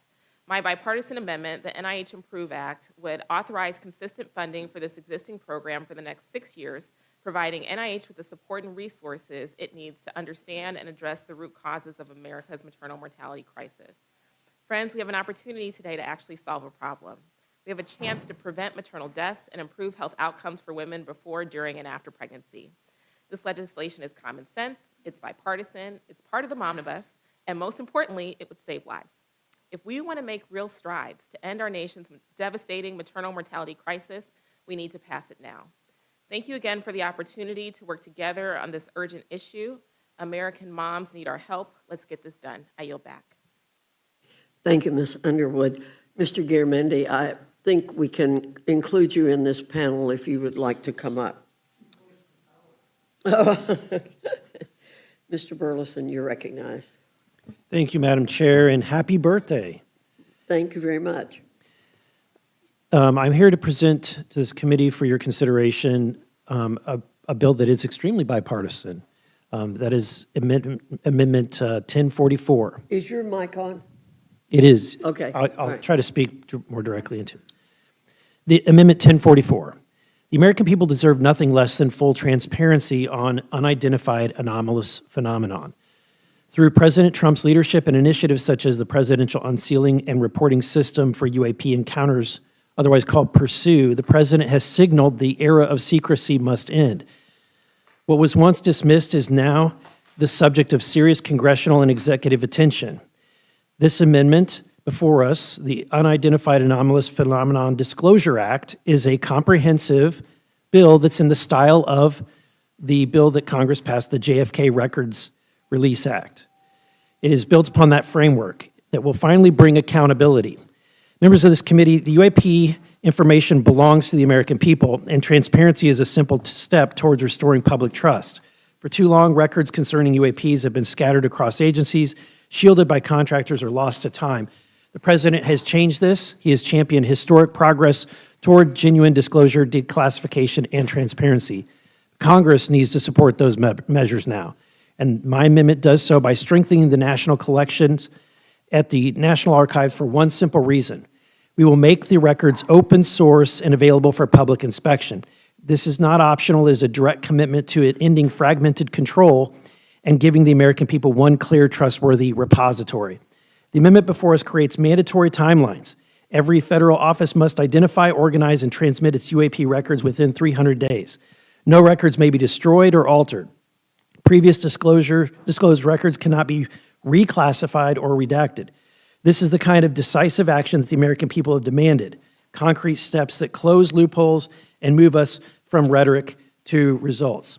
The amendment before us embodies the principle that has been established by this president. It requires agencies to conduct thorough reviews, create identification aids, and transmit records with clear documentation of any postponement. From our investigation that we've already conducted, we have found that meaningful transparency requires us to look beyond our traditional government channels. Significant UAP-related information resides with private contractors, specifically the federally funded research and development centers. And this Disclosure Act explicitly includes contractor-held materials and closes the oversight gaps that have frustrated many previous efforts. This amendment creates strong safeguards as well. It establishes an independent UAP Records Review Board, a 9-member body appointed by the President and confirmed by the Senate with full subpoena power and access to all records and facilities and the authority to conduct hearings. Again, the American people deserve the truth, and with this amendment, we can deliver it, and I urge your support for this amendment. Thank you, Madam Chair, and I welcome your questions. Thank you, Mr. Burleson. Mr. Davidson, you're recognized. Thank you, Chairwoman, and members of the Rules Committee, and happy birthday, Chairwoman. I appreciate the chance to emphasize one amendment I'm offering in particular. It's an amendment 1223. It is also known as H.R. 425, which is titled the Repealing Big Brother Overreach Act. It repeals the Corporate Transparency Act, which was enacted in the FY 2021 NDAA in order to combat illicit finance. But it was written too broadly. It requires millions of Americans small business owners to report the beneficial ownership of their companies. And it's sweeping. So this Congress, as chairman of the Subcommittee for National Security and Illicit Finance, we've had extensive hearings on this.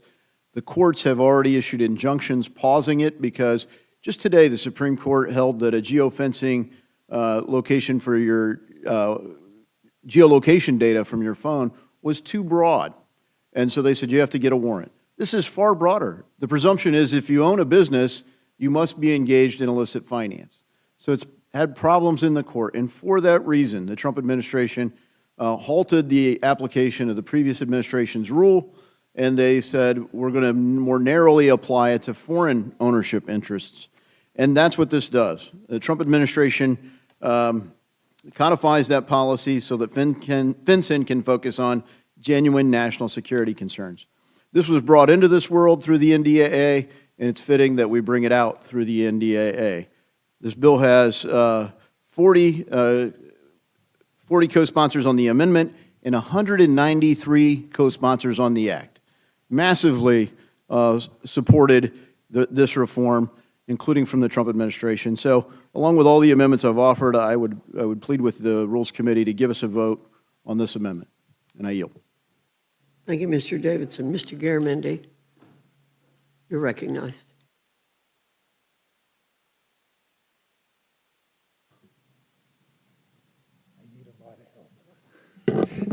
Happy birthday. I've got a cuddle up to the mic. Let's see if I can get this straight. There are several issues that are going to be in the NDAA that are out there. First of all, the SHIPS Act, which I'm sure Mr. Trent Kelly has brought to your attention. It is a significant national security issue. To be able to put that into the National Defense Authorization Act would very significantly strengthen the various elements that are already in it. Beyond that, I want to speak to you about a couple of other things. The Titus has an Amendment 40, and that's for nuclear testing. There's been increasing discussion that we really need to light up some nukes and let them explode so that we understand all of the ins and outs of it. Not necessary and really a very, very bad thing for us to do. Therefore, the Titus Amendment 40. And I would also bring to your attention DeLuzio's Amendment 634. He and I dealing with stock buybacks. This lines up with President Trump's executive order about the defense industry spending a good deal of its money buying back stocks rather than investing in plant equipment and personnel. Also in the NDAA, there's the one of my amendments, 975, dealing with the national nuclear security agencies and the cost overruns. This moves it closer to the method that we presently have within the defense industry when there are cost overruns. It sets up a special system to review why that's happening. This would go almost as far, but not quite as far as that system. And finally, Amendment 1351, which would prohibit the NDAA funds to reconstruct or to use in any way the demolition and the eventual ballroom on the east wing of the White House. There's some talk that the president's looking for ways to pay for it. We think that the use of military funding for that is inappropriate. So those are the amendments I wanted to bring to your attention. The NNSA, cost overruns, the NDAA prohibition on funds for the East Wing, ballroom, the SHIPS Act, and the nuclear testing, and finally, defense contractor stock buybacks. I find myself in alignment with Trump, which is an uncomfortable position, but it is the right position. So with that, thank you for your time. Thank you very much. Does anyone on our side have any questions? Mr. Norman? Mr. Davidson, on identifying the ownership of companies, foreign companies, is this what your bill does, what your amendment does? Well, that's what the president's executive order does. And so the Corporate Transparency Act, we had a case where someone said, I'm the president of a homeowners association, and they're telling me I got to fill out this form and comply with this reporting rule, which is overly broad. And so this eliminates the overly broad application of the Corporate Transparency Act from the Biden administration. So then what would remain is the president's executive order. Okay. Now, what are the consequences? Let me give you an example of TikTok. That was the hot rage a while back. It had foreign ownership. Magically, it disappeared. They were supposed to sell it, get a new board of directors, no consequences. Once in your amendment, and I get it's an executive order, what happens when you identify foreign actors? Is it like TikTok, it just goes away? No, this is, this goes back to years ago, the FinCEN, Financial Crimes Enforcement Network, came out with a customer due diligence rule. You know, banks basically spy on their customers, and for that, they get to be banks. If they don't get to stay banks, right? And so one of the things that they have is know your customer rules. And they were directed by FinCEN in a rulemaking process to be able to disclose to the government upon request, without a warrant, who are the beneficial owners of this corporation. So if Acme Corporation is there, they said, well, you got to disclose who would be the beneficial owners. They had drafted that rule in such a broad way that it said not even a defined percentage of the company. It was anyone who exerts significant influence over the company. I'm like, so, you know, if an author of a book was guiding the business model and the people that run the business never met him, is he a beneficial owner under that? That's how ridiculous it was. Well, Democrats had a longstanding kind of coalition around disclosing the beneficial owners regardless of privacy concerns, and so they passed this bill and that would make every business disclose it. Well, the Chamber of Commerce didn't like that, and the banks wanted the monkey off their back, so they said, well, if the business has 20 or fewer employees, well, then we'll assume that those are the kind of shell companies that launder money. Yeah, Warren, that whole bill was. So this is what this is. Accounting-wise. It's just that. It's like, if you look at who's the beneficial owner of IBM, they're publicly traded, you would know.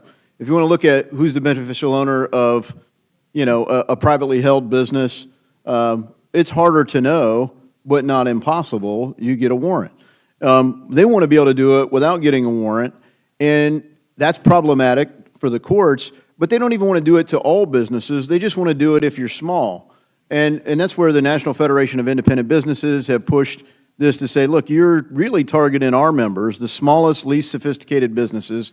You're talking like plumbers, painters, HVAC companies. Yeah. That's who they're targeting with this.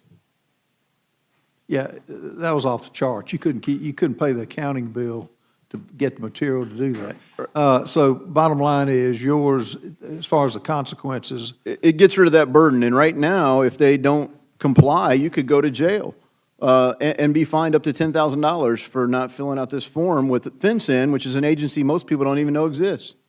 Yeah, okay. And there's other lower burdens to be able to comply with the government's interest in knowing who the beneficial ownerships of companies are. And all those things have been proposed. And so this just gets back to what started out as an executive agency rulemaking, to where the president, his executive order would be the effective order, and we'd nullify this burdensome approach. Okay. I yield back. No further questions. Thank you, Mr. Norman. Mr. McGovern. Thank you for your thoughtful amendments. I hope they're made in order. And Madam Chair, I want to ask unanimous consent to insert into the record written testimony from Representative Capter in support of Amendment 1065 to H.R. 8800. And I also want to ask unanimous consent to insert into the record written testimony from Representative Cohen in support of Amendments 499, 231 to H.R. 8800. Without objection, and I will ask unanimous consent to submit written statements from Representative Baird, Representative Weber, Representative Hill, Representative King Hines, Representative Kleins, Representative Mast. Ms. Scanlon. I just want to thank everyone for their testimony, in particular Representative Underwood, who has been such a champion on the issue of maternal mortality and doing what we need to do to get the U.S. rate of maternal mortality down. It's an absolute crime that it's 3 to 4 times the rest of, as greater than the rest of the developed world. So we really appreciate your continued work. Thank you. I yield back. Just a second. Mr. Griffith, do you have any questions? Mr. Garamendi. A question, if I might. Mr. Perry introduced an amendment dealing with the appropriation for the State Department. And among those, he eliminated the soft power organizations like the Peace Corps, Millennium Challenge, and so forth. It's not clear if that amendment passed this committee, if it's on the floor, where it is. If it is still before this committee, I would be happy to speak to it. If it is not, then we'll let it go. Thank you. Anyone else seeking to testify on today's agenda? Seeing none, this closes the hearing portion of our meeting, and you all are allowed to leave.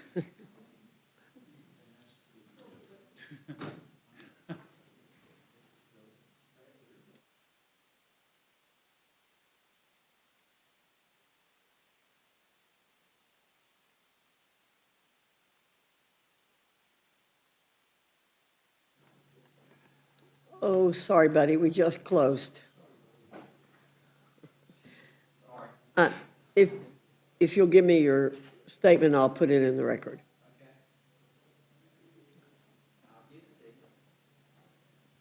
Without objection, I'd like to enter the comments from Mr. Carter into the record.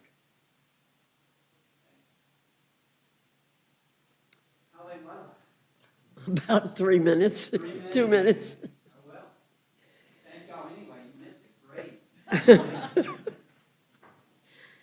Without objection, the committee stands in recess.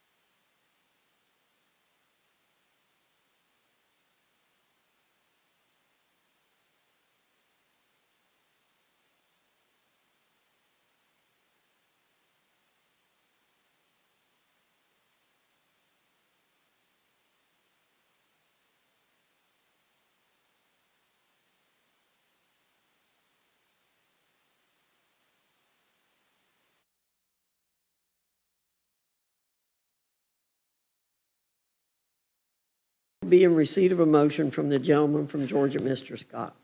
Madam Chair, I move the committee grant H.R. 8800, the National Defense Authorization Act for fiscal year 2027, a structured rule. The rule waives all points of order against consideration of the bill. The rule provides 1 hour of general debate equally divided and controlled by the chair and ranking minority member of the Committee on Armed Services or their respective designees. The rule provides that in lieu of the amendment in the nature of substitute recommended by the Committee on Armed Services, now printed in the bill, an amendment in the nature of substitute consistent of the text of Rules Committee Print 119-33 shall be considered as adopted, and the bill as amended shall be considered as read. The rule waives all points of order against provisions in the bill as amended. The rule makes in order only those amendments printed in Part A of the Rules Committee report, amendments in block described in Section 3, and pro forma amendments described in Section 4. Each amendment shall be considered only in the order printed in the report, may be offered only by a member designated in the report, shall be considered as read, shall be debatable for the time specified in the report, equally divided and controlled by the proponent, and an opponent shall not be subject to amendment except as provided by Section 4 of the rule, and shall not be subject to a demand for division of the question. The rule waives all points of order against the amendment printed in Part A of the Rules Committee report or amendments in block described in Section 3 of the rule. The rule provides that the chair of the Committee on Armed Services or his designee may offer amendments in block consisting of further amendments printed in Part A of the Rule Committee report not earlier disposed of. Amendments in block shall be considered as read, shall be debatable for 40 minutes, equally divided and controlled by the chair and ranking minority member of the Committee on Armed Services or their respective designees, shall not be subject to amendment except as provided by Section 4 of the rule, shall not be subject to a demand for division of the question. The rule provides that the chair and ranking minority member of the Committee on Armed Services or their respective designees may offer up to 10 pro forma amendments each at any point for the purpose of debate. The rule provides one motion to recommit. The rule further provides for consideration of H.R. 8595, the National Security Department of State and Related Programs Appropriations Act 2027, under a structured rule. The rule waives all points of order against consideration of the bill. The rule provides 1 hour of general debate equally divided and controlled by the chair and ranking minority member of the Committee on Appropriations or their respective designees. The rule provides that the bill shall be considered as read. The rule waives all points of order against provisions in the bill for failure to comply with Clause 2 or Clause 5A of Rule 21. The rule makes in order only those amendments printed in Part B of the Rules Committee report, amendments in block described in Section 8 and pro forma amendments described in Section 9. Each amendment shall be considered only in the order printed in the report, may be offered only by a member designated in the report, shall be considered as read, shall be debatable for the time specified in the report, equally divided and controlled by the proponent and an opponent, shall not be subject to amendment except as provided by Section 9 of the rule, and shall not be subject to a demand for division of the question. The rule waives all points of order against the amendment printed in Part B of the Rules Committee report or amendments in block described in Section 8 of the rule. The rule provides that the chair of the Committee on Appropriations or his designee may offer amendments in block consisting of amendments printed in Part B of the Rules Committee report not earlier disposed of. Amendments in block shall be considered as read, shall be debatable for 20 minutes, equally divided and controlled by the chair and ranking minority member of the Committee on Appropriations or their respective designees, shall not be subject to amendment except as provided by Section 9 of the rule, and shall not be subject to a demand for division of the question. The rule provides that the chair and ranking minority member of the Committee on Appropriations or their respective designees may offer up to 10 pro forma amendments, each at any point for the purpose of debate. The rule provides one motion to recommit. The rule further provides for consideration of H.R. 8884, the Removing Barriers to Work for Disabled Americans Act, under a closed rule. The rule waives all points of order against consideration of the bill. The rule provides that in lieu of the amendment in the nature of a substitute recommended by the Committee on Ways and Means now printed in the bill, an amendment in the nature of a substitute consisting of the text of Rules Committee Print 119-34 shall be considered as adopted, and the bill as amended shall be considered as read. The rule waives all points of order against provisions in the bill as amended. The rule provides 1 hour of general debate equally divided and controlled by the chair and ranking minority member of the Committee on Ways and Means or other respective designees. The rule provides one motion to recommit. The rule further provides for consideration of H.Res. 1383, commemorating the one-year anniversary of the enactment of the Working Families Tax Cuts under a closed rule. The rule provides that upon adoption of the resolution, it shall be in order without intervention of any point of order to consider H.Res. 1383. The rule provides that the amendment to the preamble printed in Part C of the Rules Committee report shall be considered as adopted, and H.Res. 1383 as amended shall be considered as read. The rule provides 1 hour of general debate equally divided and controlled by the chair and ranking minority member of the Committee on Ways and Means or their respective designees. The rule further provides that H.Res. 1377 shall be laid on the table. Finally, the rule provides that in the engrossment of H.R. 8800, the clerk shall add the text of S. 1383 is passed by the House as new matter at the end of H.R. 8800, assign appropriate designations to provisions within the engrossment, conform cross-references and provisions for short titles within the engrossment, and be authorized to make technical corrections to include corrections in spelling, punctuation, page and line numbering, section numbering, and insertion of appropriate headings. You've heard the recommendation from the gentleman from Georgia. Thank you, Mr. Scott. Is there any discussion or amendment to the rule? Yes, ma'am. Mr. McGovern. First of all, I just want to set the record straight about this rule. In this rule, House Republicans blocked over 1,000 amendments submitted to the Rules Committee. This rule blocks over three-quarters of amendments. Over 90% of Democratic amendments were blocked. More than 8 in 10 bipartisan amendments were blocked. Even members of the majority have a bad deal here. Nearly 60% of Republican amendments are being blocked. So that's what this rule is about. But I do have an amendment, Madam Chair. I move that the committee strike Section 14 of the rule, which provides that in the engrossment of H.R. 8800, the clerk shall add the text of the Save America Act as passed by the House. Madam Chair, it looks like the reason we had a recess and come back here is this section, which connects the SAVE Act to the NDAA before sending it to the Senate. Let's be clear. Let's be honest here. I think that the SAVE Act is an awful, awful, terrible bill. It's not about election security. It's about relitigating Donald Trump's loss in 2020. His feelings were hurt, so he had a meltdown. You guys keep saying we need this bill because our elections are not secure. Trump says the 2020 election was rigged. Many of you in this room won your elections in 2020. You were elected in that election. Was your election rigged? I mean, the SAVE Act is just insane, and you know it. Enough already. I mean, Trump won in 2024. Was that election rigged?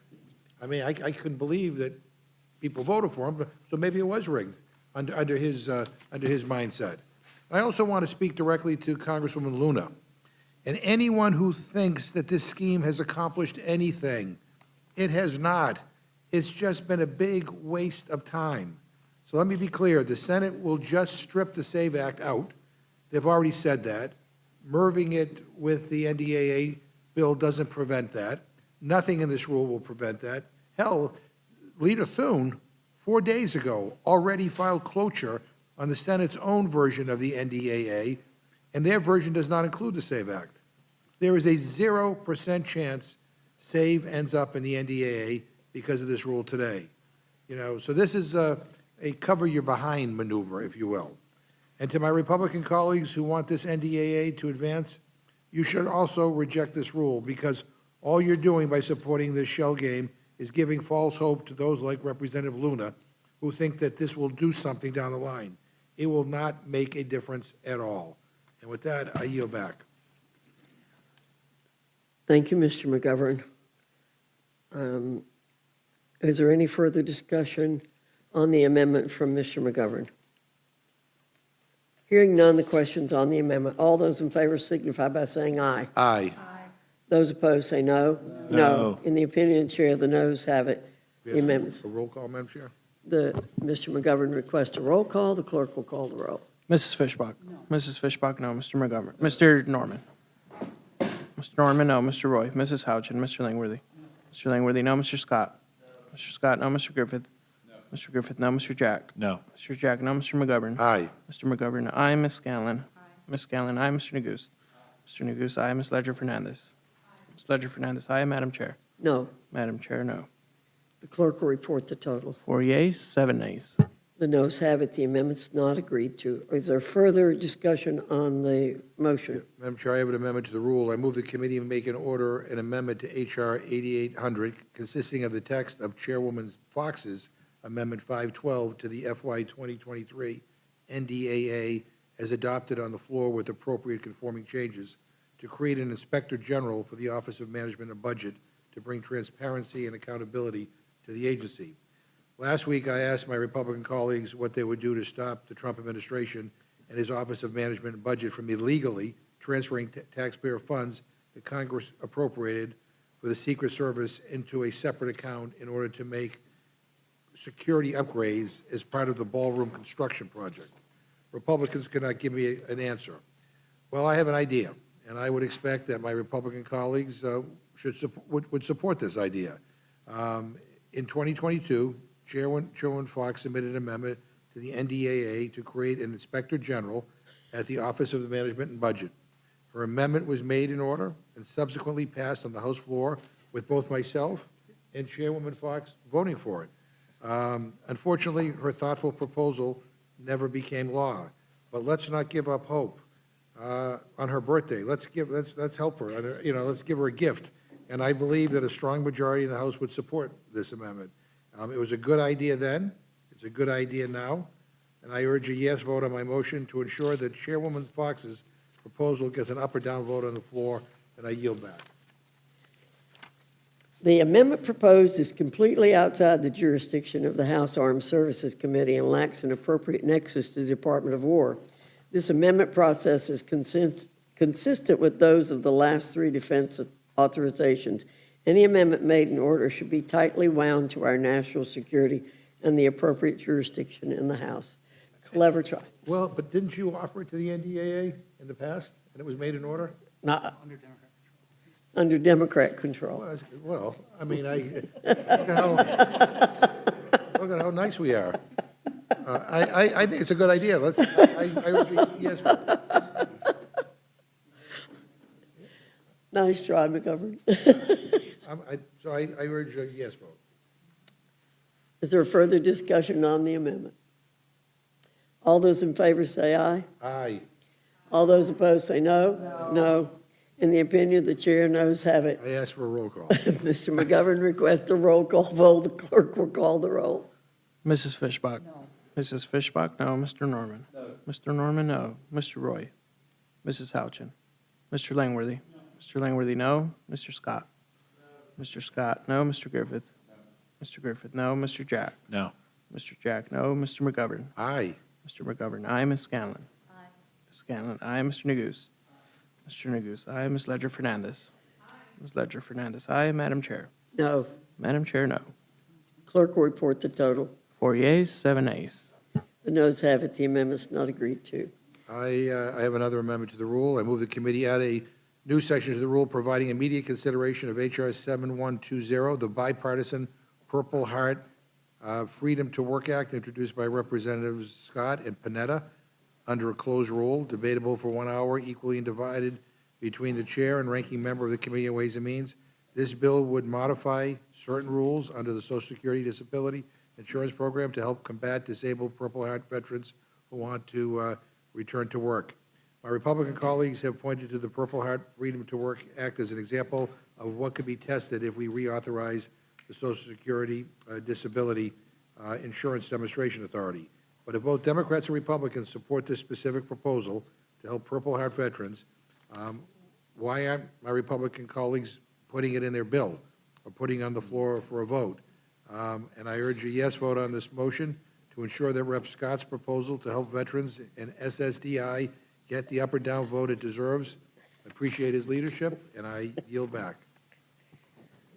Is there further discussion on the amendment? Yes, ma'am, Madam Mr. Chair, Scott. I appreciate the newfound support of the Purple Heart Freedom to Work Act, now that we have language that would actually accomplish this, that is a little different from the language that's written in my language, that I'm happy to have you co-sponsor it, and perhaps we can pass it too. But this language is what we were able to get through the Ways and Means Committee. And as I said before, when the Democrats were in charge of the Ways and Means Committee, I was unable to move the legislation. When the Republicans have been in charge, I was able to move some legislation, and I feel very good about the language that we have today. But I'm happy to come back again with the Purple Heart Freedom to Work Act. As I said, it's been a passion of mine for many, many years, and I'm glad that we're having the discussion about it, and hope maybe it can move through Ways and Means as well. Well, I'm happy to work with it, but there's nothing in the bill that mentions Purple Heart veterans, and again, we're not Ways and Means, we're the Rules Committee. That's So we right. can amend things and add things, and I think this would be a nice thing to add, and, I'm trying to have you back. I'm trying to have Well, Chair Fox's back, I'm trying to have your back, too, and, yeah, I mean, with a knife or an axe or what? friendly, I mean, friendly support. how do you want it? I mean, I know you don't like guns, Jim, so I'm assuming it's a knife or an axe. That's probably correct. But it's a, look, I mean, what I would ask that you do is that you support, when you support 8884 when it comes across, help me get the Dems in the Senate to support it, and we'll get Purple Heart Freedom to work. The concept of it signed by the president. Purple Heart Day is August 7th or 8th, 7th, I believe. That'd be a wonderful day for the president to sign it. Hopefully you can join us at the White House with President Trump. You're president of the United States. If you vote with me, I will co-sponsor your bill. I urge You you already, to vote. you already agreed to co-sponsor my bill, but look, I appreciate your support for my legislation. I do, this 8884 is going to accomplish what we're trying to accomplish with the Purple Heart Freedom to Work Act. And with that, Madam Chair, I yield. And we respectfully disagree on that, but I urge a yes vote. Is there further discussion on the amendment from Mr. McGovern? Hearing none, the question is on the amendment. All those in favor signify by saying aye. Aye. Those opposed say no. No. In the opinion of the chair, the noes have it. Mr. McGovern requests a roll call. The clerk will call the roll. Mrs. Fishbach? Mrs. Fishbach, no. Mr. Norman? Mr. Norman, no. Mr. Roy? Mrs. Houchin? Mr. Langworthy? Mr. Langworthy, no. Mr. Scott? Mr. Scott, no. Mr. Griffith? Mr. Griffith, no. Mr. Jack? No. Mr. Jack, no. Mr. McGovern? Aye. Mr. McGovern, aye. Ms. Scanlon? Ms. Scanlon, aye. Mr. Neguse? Mr. Neguse, aye. Ms. Ledger Fernandez? Ms. Ledger Fernandez, aye. Madam Chair? No. Madam Chair, no. The clerk will report the total. 4 yeas, 7 nays. The noes have it. The amendment's not agreed to. Further discussion on the motion from the gentleman from Georgia? I have another amendment. Yeah, okay. No? Yeah, okay. I have an amendment to the rule. I move the committee make an order amendment number 1351 to H.R. 8800 offered by Representative Garamendi, which prohibits the use of funds for the East Wing Modernization Project. Madam Chair, for months, the president swore his grand ballroom was going to be built with only private money, no taxpayer dollars. Well, then he tried to sneak $1 billion into the most recent reconciliation bill. Reports are that he's still trying to use taxpayer dollars for his gaudy ballroom vanity project, all while Americans struggle to afford gas and groceries. The Congress has the power of the purse. We decide how taxpayer money is spent. We should vote to ensure that taxpayer money does not go to this project, and the president funds it with private money like he said he would do so from the very beginning. I urge a yes vote, and I yield back. Thank you, Mr. McGovern. Is there further discussion on the amendment from Mr. McGovern? Hearing none, the question is on the amendment. All those in favor signify by saying aye. Aye. Those opposed say no. No. No. In the opinion of the chair, the noes have it. The amendment's not agreed to. As for roll. Mr. McGovern requests a roll call vote. The clerk will call the roll. Mrs. Fishbach? Mrs. Fishbach, no. Mr. Norman? Mr. Norman, no. Mr. Roy? Mrs. Houchin? Mr. Langworthy? Mr. Langworthy, no. Mr. Scott? Mr. Scott, no. Mr. Griffith? Mr. Griffith, no. Mr. Jack? No. Mr. Jack, no. Mr. McGovern? Aye. Mr. McGovern, aye. Ms. Scanlon? Ms. Scanlon, aye. Mr. Neguse? Mr. Neguse, aye. Ms. Ledger Fernandez? Ms. Ledger Fernandez, aye. Madam Chair? No. Madam Chair, no. Clerk will report the total. 4 yeas, 7 nays. The amendment is not, the noes have it. The amendment is not agreed to. Madam Chair? Mr. I McGovern. have an amendment to the rule. I move the committee make an order amendment number 961 to H.R. 8800 offered by myself, which restricts certain security assistance to Pakistan unless the Secretary of State, in consultation with the Secretary of Defense, certifies that the government of Pakistan has taken measures to prevent human rights violations. Madam Chair, in Pakistan, the military has always loomed over the shoulder of civilian institutions. As the Trump administration pursues closer ties to the Pakistani government and its military leadership, we cannot ignore continuing concerns about human rights violations, not least because U.S. funds can be used to train Pakistani military officers. Last week, a court sentenced Dr. Marang Balak to life imprisonment. Dr. Balak is a 33-year-old physician and the leader of a peaceful civil rights movement demanding an end to enforced disappearances and extrajudicial killings. Her trial was held inside a prison. Her lawyers didn't know who the judge was, who the witnesses were, or where the proceedings were taking place. This is not an isolated case. In January of this year, human rights lawyer Iman Mazari and her husband Hadi Ali Chatta were violently dragged from their car by police and sentenced to 17 years in prison for tweets criticizing the military's role in enforced disappearances. And behind these names are thousands more. Balak activists, opposition party workers, journalists, lawyers, the former Prime Minister of Pakistan, Imran Khan, and his wife, Bushra Bibi, all rotting in Pakistani jails without any due process. U.S. assistance should not be given unconditionally. We uphold American values and credibility when we insist that security cooperation aligns with the rights for fundamental freedoms and human rights. Amendment 691 would require the Secretary of State, in coordination with the Secretary of Defense, to certify that Pakistan is actively taking steps to prevent human rights abuses before its military may receive U.S. security assistance. Accountability strengthens, not undermines, our partnerships. And again, I don't understand why we can't even have a vote on this, but I urge a yes vote, and I yield back my time. Is there further discussion on the amendment from Mr. McGovern? Hearing none, the question's on the amendment. All those in favor signify by saying aye. Aye. All those opposed say no. No. In the opinion of the chair, the noes have it. The amendment's not I ask agreed for a to. roll call, Mr. McGovern requests a roll call. The clerk will call the roll. Mrs. Fishbach? No. Mrs. Fishbach, no. Mr. Norman? No. Mr. Norman, no. Mr. Roy? Mrs. Houchin? Mr. Langworthy? Mr. Langworthy, no. Mr. Scott? Mr. Scott, no. Mr. Griffith? Mr. Griffith, no. Mr. Jack? No. Mr. Jack, no. Mr. McGovern? Aye. Mr. McGovern, aye. Ms. Scanlon? Aye. Ms. Scanlon, aye. Mr. Neguse? Mr. Neguse, aye. Ms. Ledger Fernandez? Ms. Ledger Fernandez, aye. Madam Chair? No. Madam Chair, no.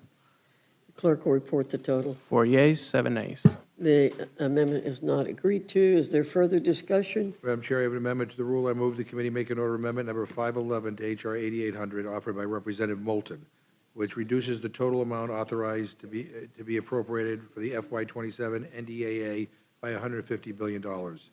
No reductions may be made to military personnel accounts, MILCON, or the Defense Health Program. Madam Chair, the Department of Defense needs to become more innovative and efficient in terms of developing capabilities to meet our national security needs in a more cost-effective manner. That's what this amendment is about. I urge a yes vote. I yield back. Is there further discussion on the amendment? Hearing none, the question is on the amendment. All those in favor signify by saying aye. Aye. All those opposed say no. No. In the opinion of the chair, the noes have it. The amendment's not agreed For a to. roll call, ma'am. Mr. McGovern requests a roll call. Clerk will call the roll. Mrs. Fishbach? No. Mrs. Fishbach, no. Mr. Norman? Mr. Norman, no. Mr. Roy? Mrs. Houchin? Mr. Langworthy? Mr. Langworthy, no. Mr. Scott? Mr. Scott, no. Mr. Griffith? Mr. Griffith, no. Mr. Jack? No. Mr. Jack, no. Mr. McGovern? Aye. Mr. McGovern, aye. Ms. Scanlon? Aye. Ms. Scanlon, aye. Mr. Neguse? Mr. Neguse, aye. Ms. Ledger Fernandez? Ms. Ledger Fernandez, aye. Madam Chair? No. Madam Chair, no. Clerk will court the total. 4 yeas, 7 nays. The amendment is not agreed to. Is there further discussion? Madam Chair, I have an amendment to the rule. I move the committee make an order amendment number 1006 to H.R. 8800 offered by Representative Ryan, which prohibits the use of FY 2027 DOD funds for military action in or against Iran unless explicitly authorized by Congress. Madam Chair, both chambers of Congress have now voted to end President Trump's illegal war in Iran. It's cost billions of dollars and 13 American lives. Another dollar should not go to this illegal war unless and until it is explicitly authorized by Congress.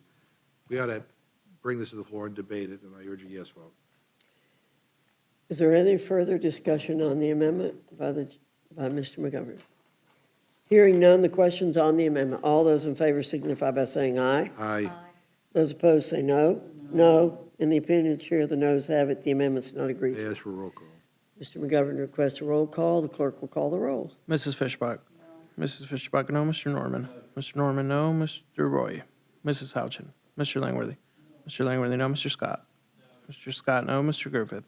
Mr. Griffith, no. Mr. Jack? No. Mr. Jack, no. Mr. McGovern? Aye. Mr. McGovern, aye. Ms. Scanlon? Ms. Scanlon, aye. Mr. Neguse? Mr. Neguse, aye. Ms. Ledger Fernandez? Ms. Ledger Fernandez, aye. Madam Chair? No. Madam Chair, no. Clerk will report the total. 4 yeas, 7 nays.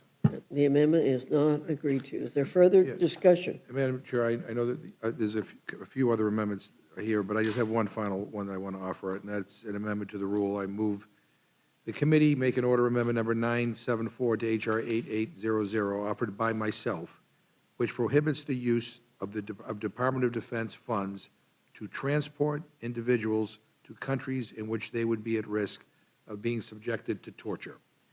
Madam Chair, in February of 2025, Secretary of State Rubio condemned Thailand's forced return of at least 40 Uyghurs to China, where they could face persecution, forced labor, and torture and death. And he was right to do so. Secretary Rubio cited Thailand's obligations under the UN Convention Against Torture, which prohibits the deportation or extradition of a person to a country where there are substantial grounds for believing that he would be in danger of being subjected to torture. The United States is also a party to the Torture Convention, which, along with Section 241 of the Immigration and Nationality Act, prohibits the U.S. from deporting people to a country where they might be tortured. We have deported individuals to China, Russia, Iran, and other places with a record of torture. It's shameful. It is illegal under our law. My amendment is simple. It simply reaffirms this law of the land. Let us not be like China. Let us be better than China. Let us abide by the law. Let us not abet torture. I urge a yes vote, and I yield back. Is there further discussion on the amendment? Hearing none, the question is on the amendment. All those in favor signify by saying aye. Aye. Those opposed say no. No. In the opinion of the chair, the noes have it. The amendment's not agreed I to. ask for a roll call on that one. The clerk will call the roll. Mrs. Fishbach? Mrs. Fishbach, no. Mr. Norman? Mr. Norman, no. Mr. Roy? Mrs. Houchin? Mr. Langworthy? Mr. Langworthy, no. Mr. Scott? Mr. Scott, no. Mr. Griffith? Mr. Griffith, no. Mr. Jack? No. Mr. Jack, no. Mr. McGovern? Aye. Mr. McGovern, aye. Ms. Scanlon? Ms. Scanlon, aye. Mr. Neguse? Mr. Neguse, aye. Ms. Ledger Fernandez? Ms. Ledger Fernandez, aye. Madam Chair? No. Madam Chair, no. Clerk will report the total. 4 yeas, 7 nays. And the amendment is not agreed to. Further discussion or amendments? Ms. Scanlon? Yes, thank you. I have an amendment to the rule. I move the committee make in order amendment 1196 to H.R. 8800, offered by Representative Brownlee, which ensures access to abortion care, abortion counseling, and related services and medication for veterans. Our veterans rely on the VA for the health care they earn through their service to our country, but the Trump administration has reversed longstanding policy and eliminated access to abortion care, counseling, and related medications through the VA, even in cases of rape or incest. Women are the fastest growing population of veterans, and hundreds of thousands of women rely on the VA for their health care. Veterans answered our nation's call to service.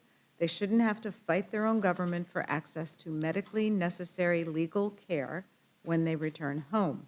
This amendment would restore access to abortion services, abortion counseling, and related medications through the VA, ensuring that veterans can receive the comprehensive, medically appropriate care they've earned, free from partisan political interference. Our obligation to veterans does not end when they complete their service. I urge a yes vote on this amendment, and I yield back. Is there further discussion on the amendment from Ms. Scanlon? Hearing none, the question is on the amendment. All those in favor signify by saying aye. Aye. Those opposed say no. No. In the opinion of the chair, Madam Chair, noes have it. Ms. I'd Scanlon request- requests the recorded vote. The vote. clerk will Thank call the roll. Mrs. Fishbach? Mrs. Fishbach, no. Mr. Norman? Mr. Norman, no. Mr. Roy? Mrs. Houchin? Mrs. Houchin, no. Mr. Langworthy? Mr. Langworthy, no. Mr. Scott? Mr. Scott, no. Mr. Griffith? Mr. Griffith, no. Mr. Jack? No. Mr. Jack, no. Mr. McGovern? Mr. McGovern, aye. Ms. Scanlon? Aye. Ms. Scanlon, aye. Mr. Neguse? Mr. Neguse, aye. Ms. Ledger Fernandez? Ms. Ledger Fernandez, aye. Madam Chair? No. Madam Chair, no. Clerk will report the, pardon me. Clerk will report the total. 4 yeas, 8 nays. And the amendment is not agreed to. The noes have it. Further discussion, Mrs. Scanlon. Yes, thank you, Madam Chair. I have another amendment to the rule involving veteran benefits. I move the committee make in order amendment number 947 to H.R. 8800, offered by Representative Bilirakis, which would add the Major Richard Starr Act to the bill. As we know from last week's debate, this bill is a priority for our veterans groups, and it has 330 co-sponsors, so it should be an easy passage here. This bill would allow combat-injured veterans with fewer than 20 years of service to receive their full DoD retirement and disability pay so that combat-injured veterans are not penalized for being seriously injured while in combat. So I think this is something we owe to our veterans. It's very popular with the veteran community, and I would urge a yes vote. I yield back. Thank you, Ms. Scanlon. The amendment proposed by this motion retains a point of order against it. As the minority is aware, this committee has not made in order amendments that are exposed to a point of order. This has been true under both Democrat and Republican majorities. Understood.